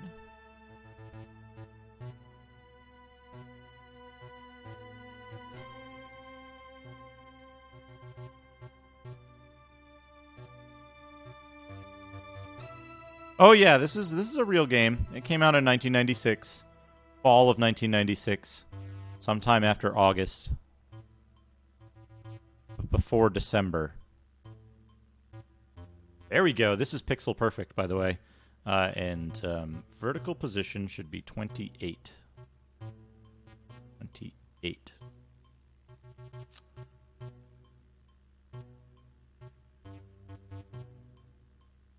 Okay, there we go. That should be correct now. This should be pixel perfect.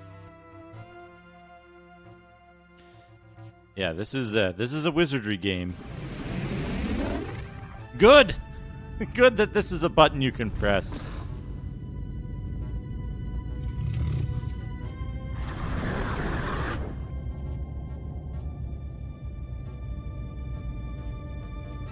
And we can get the credits a second time in a different format.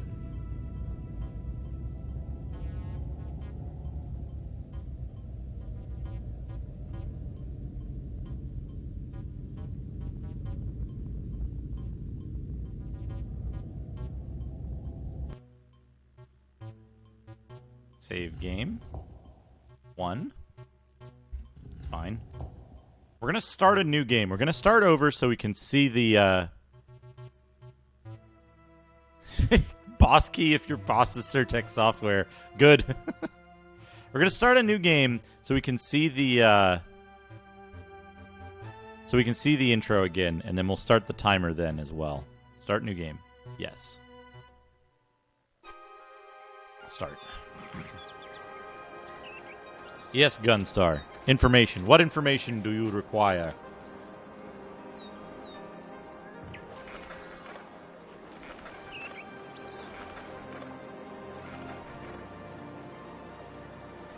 We can see everything now. The,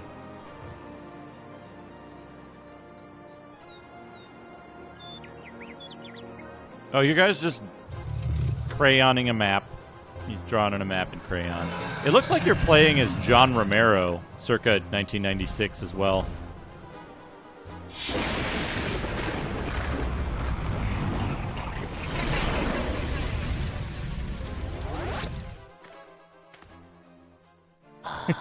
You're awake and lucky to be alive. It is clear that your life is in danger. The magic of Nithra has been awakened and seems to have set its sights on you. Virtually all knowledge lost, an entire society destroyed.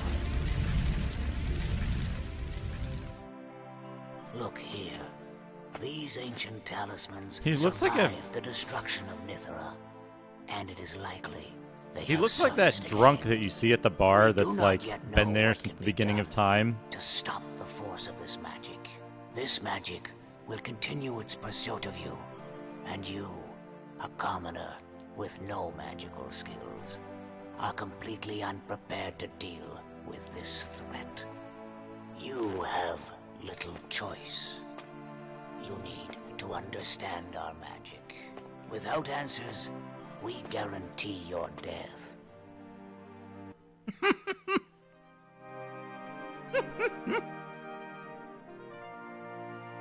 That fucking face. Okay. Keys.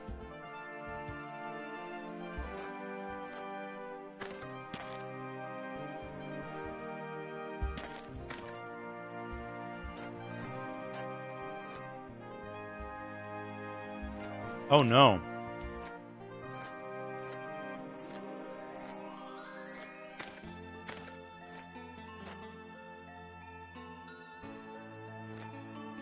Yeah, wiggling cursor.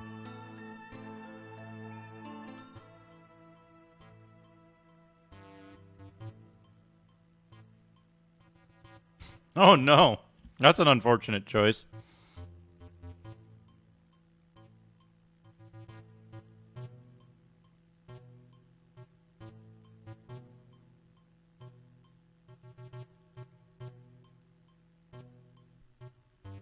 Your shirt and pants give you protection though, so we're gonna have to wear them.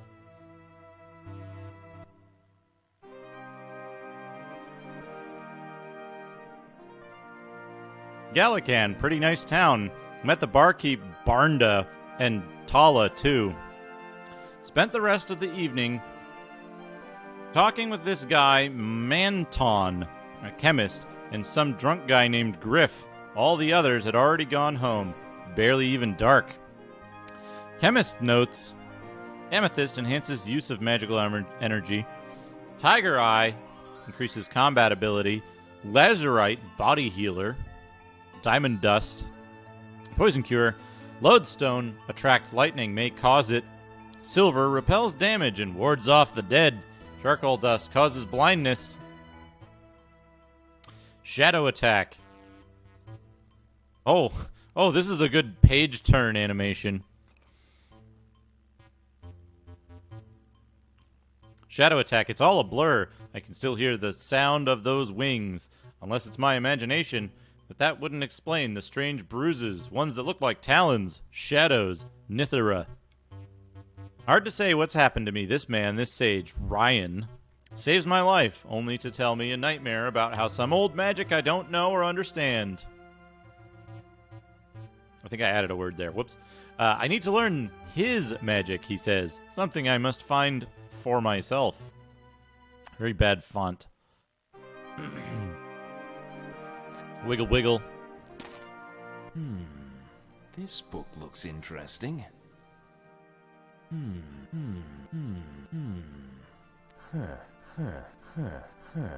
It's not lit. Rian must be out. This book looks interesting.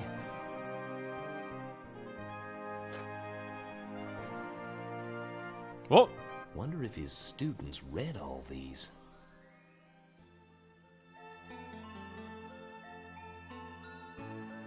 Good. We've already got... I read that one. I don't feel comfortable enough to read a book here. That one's not my taste. Just a textbook of some kind. I think I'm being followed. What could they want from me? Hackman 27, thank you for the follow. Wish I had time to read it. I don't feel barely wish that one's maybe I'll read it later. Don't need it. Don't think I'll need it. Oh, good. I have finally met the Hargani. What a reclusive race. What a strange relationship they have with the trees. Almost as if they could coax the trees to do their bidding. Almost as if they could coax the trees to do their bidding. They're quite unlike what I had expected. The one who called himself Krith. Hi, I'm Krith the Hargani. Welcome to our forest. Seemed reluctant to speak with me. That is, until the Nitherin talismans were mentioned. Then he could not speak enough. Wanted to know all I could share, but alas, I could tell him little that he didn't know. He believes that the energy of Nithera will rise again. Thinks he can already sense its aura. I pray that he is mistaken. Oh, we went into the inventory accidentally there. This book looks interesting.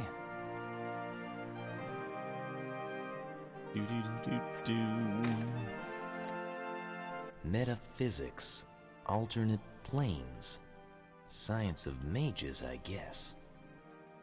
That one's not my taste. I don't feel cousin cat. Maybe wish I had time to read it. We're gonna use the keyboard to move around. They're scrolls. Nothing written on them. Don't want that. Don't think I'll need it.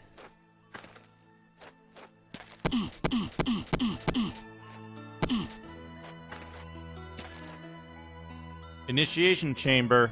Initiation chamber. Hope I'm ready for this. That symbol. Saw initiates wearing that when I got into Galakan.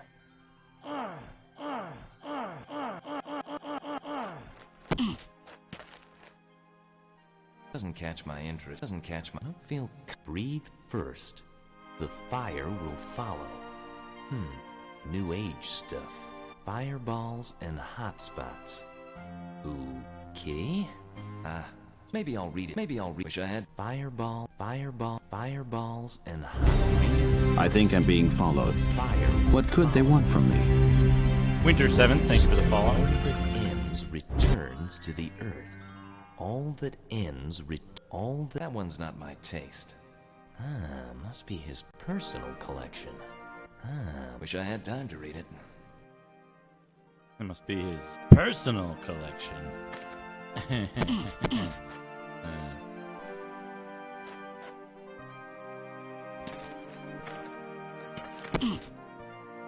These are I all... wonder if his students read all these.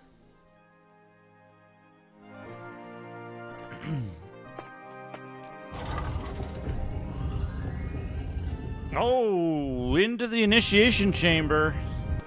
The beginning and the end are at hand. To all things there is an order. Order. You're just saying it again. That isn't even an echo. A gold-crested wooden panel gilded with the letter E. All time comes to rest in my arms. A gold-crested wooden panel gilded with the letter E.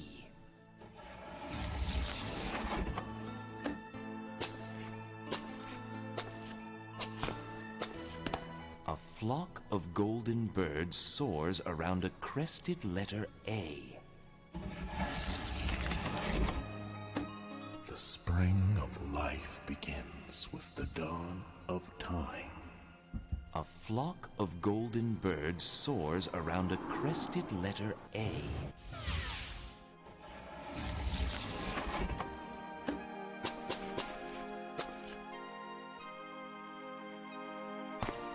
Ha!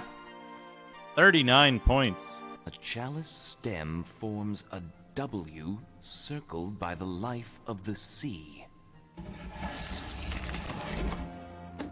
The glow of day settles on the seas of time. A chalice stem forms a W circled by the life of the sea.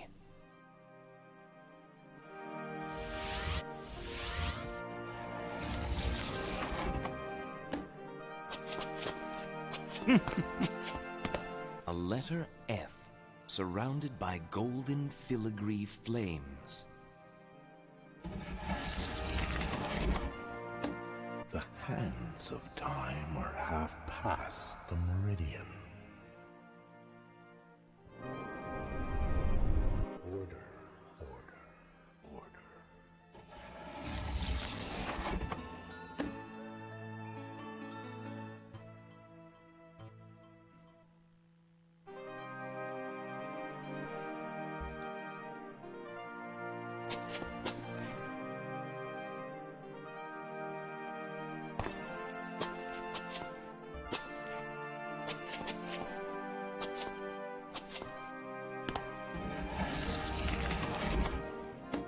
The spring of life begins with the dawn of time.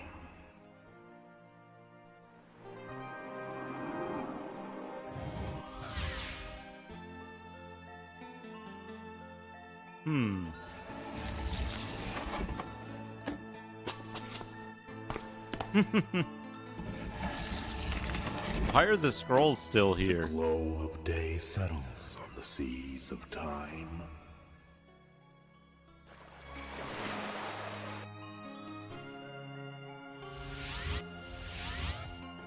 Oh no.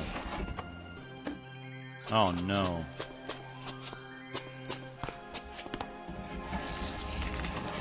Good puzzle. The hands of time are half past the meridian.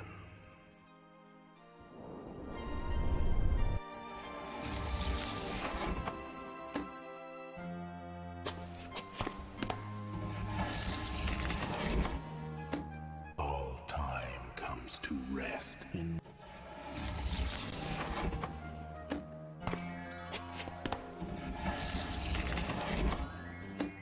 the spring of life begins with the dawn of time. Okay.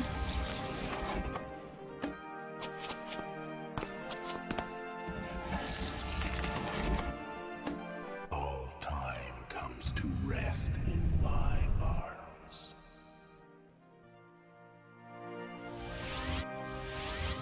Order, order. Order, order, order.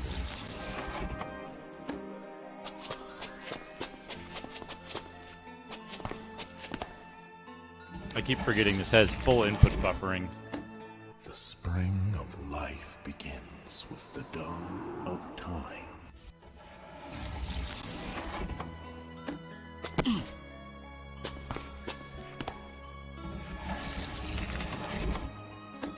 The hands of time are half past the meridian. Oh, we got 2 fires.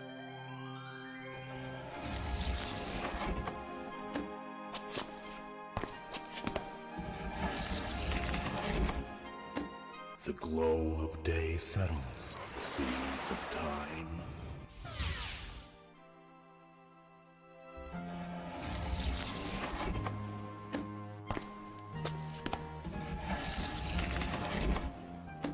All time comes to rest in my arms. You indeed understand the forces of nature and are ready to wield its energies. Seek, and you shall find the knowledge.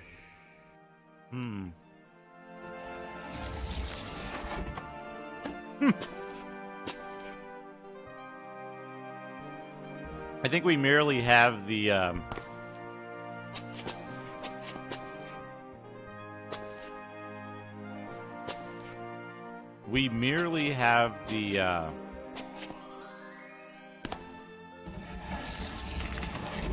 the elemental powers. We don't have the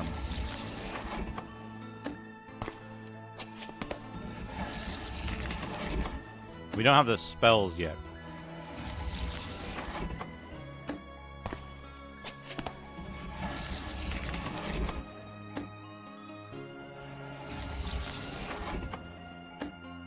A chalice stem forms a gold-crested, a flock of gold, a letter F, surrounded by golden filigree flames. Here's the problem, though. Now I don't know what else to do.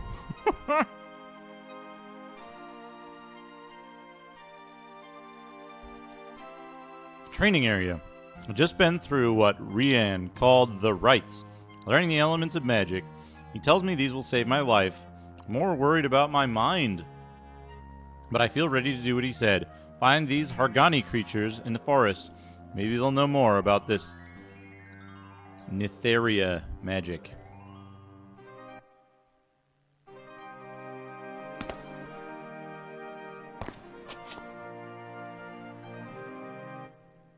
Oh, up. There are 2 up arrows. One takes the elevator up. Don't need it. Don't want that. Now we can open this. That symbol. That symbol. Some initiates wearing that when I got into Galakan.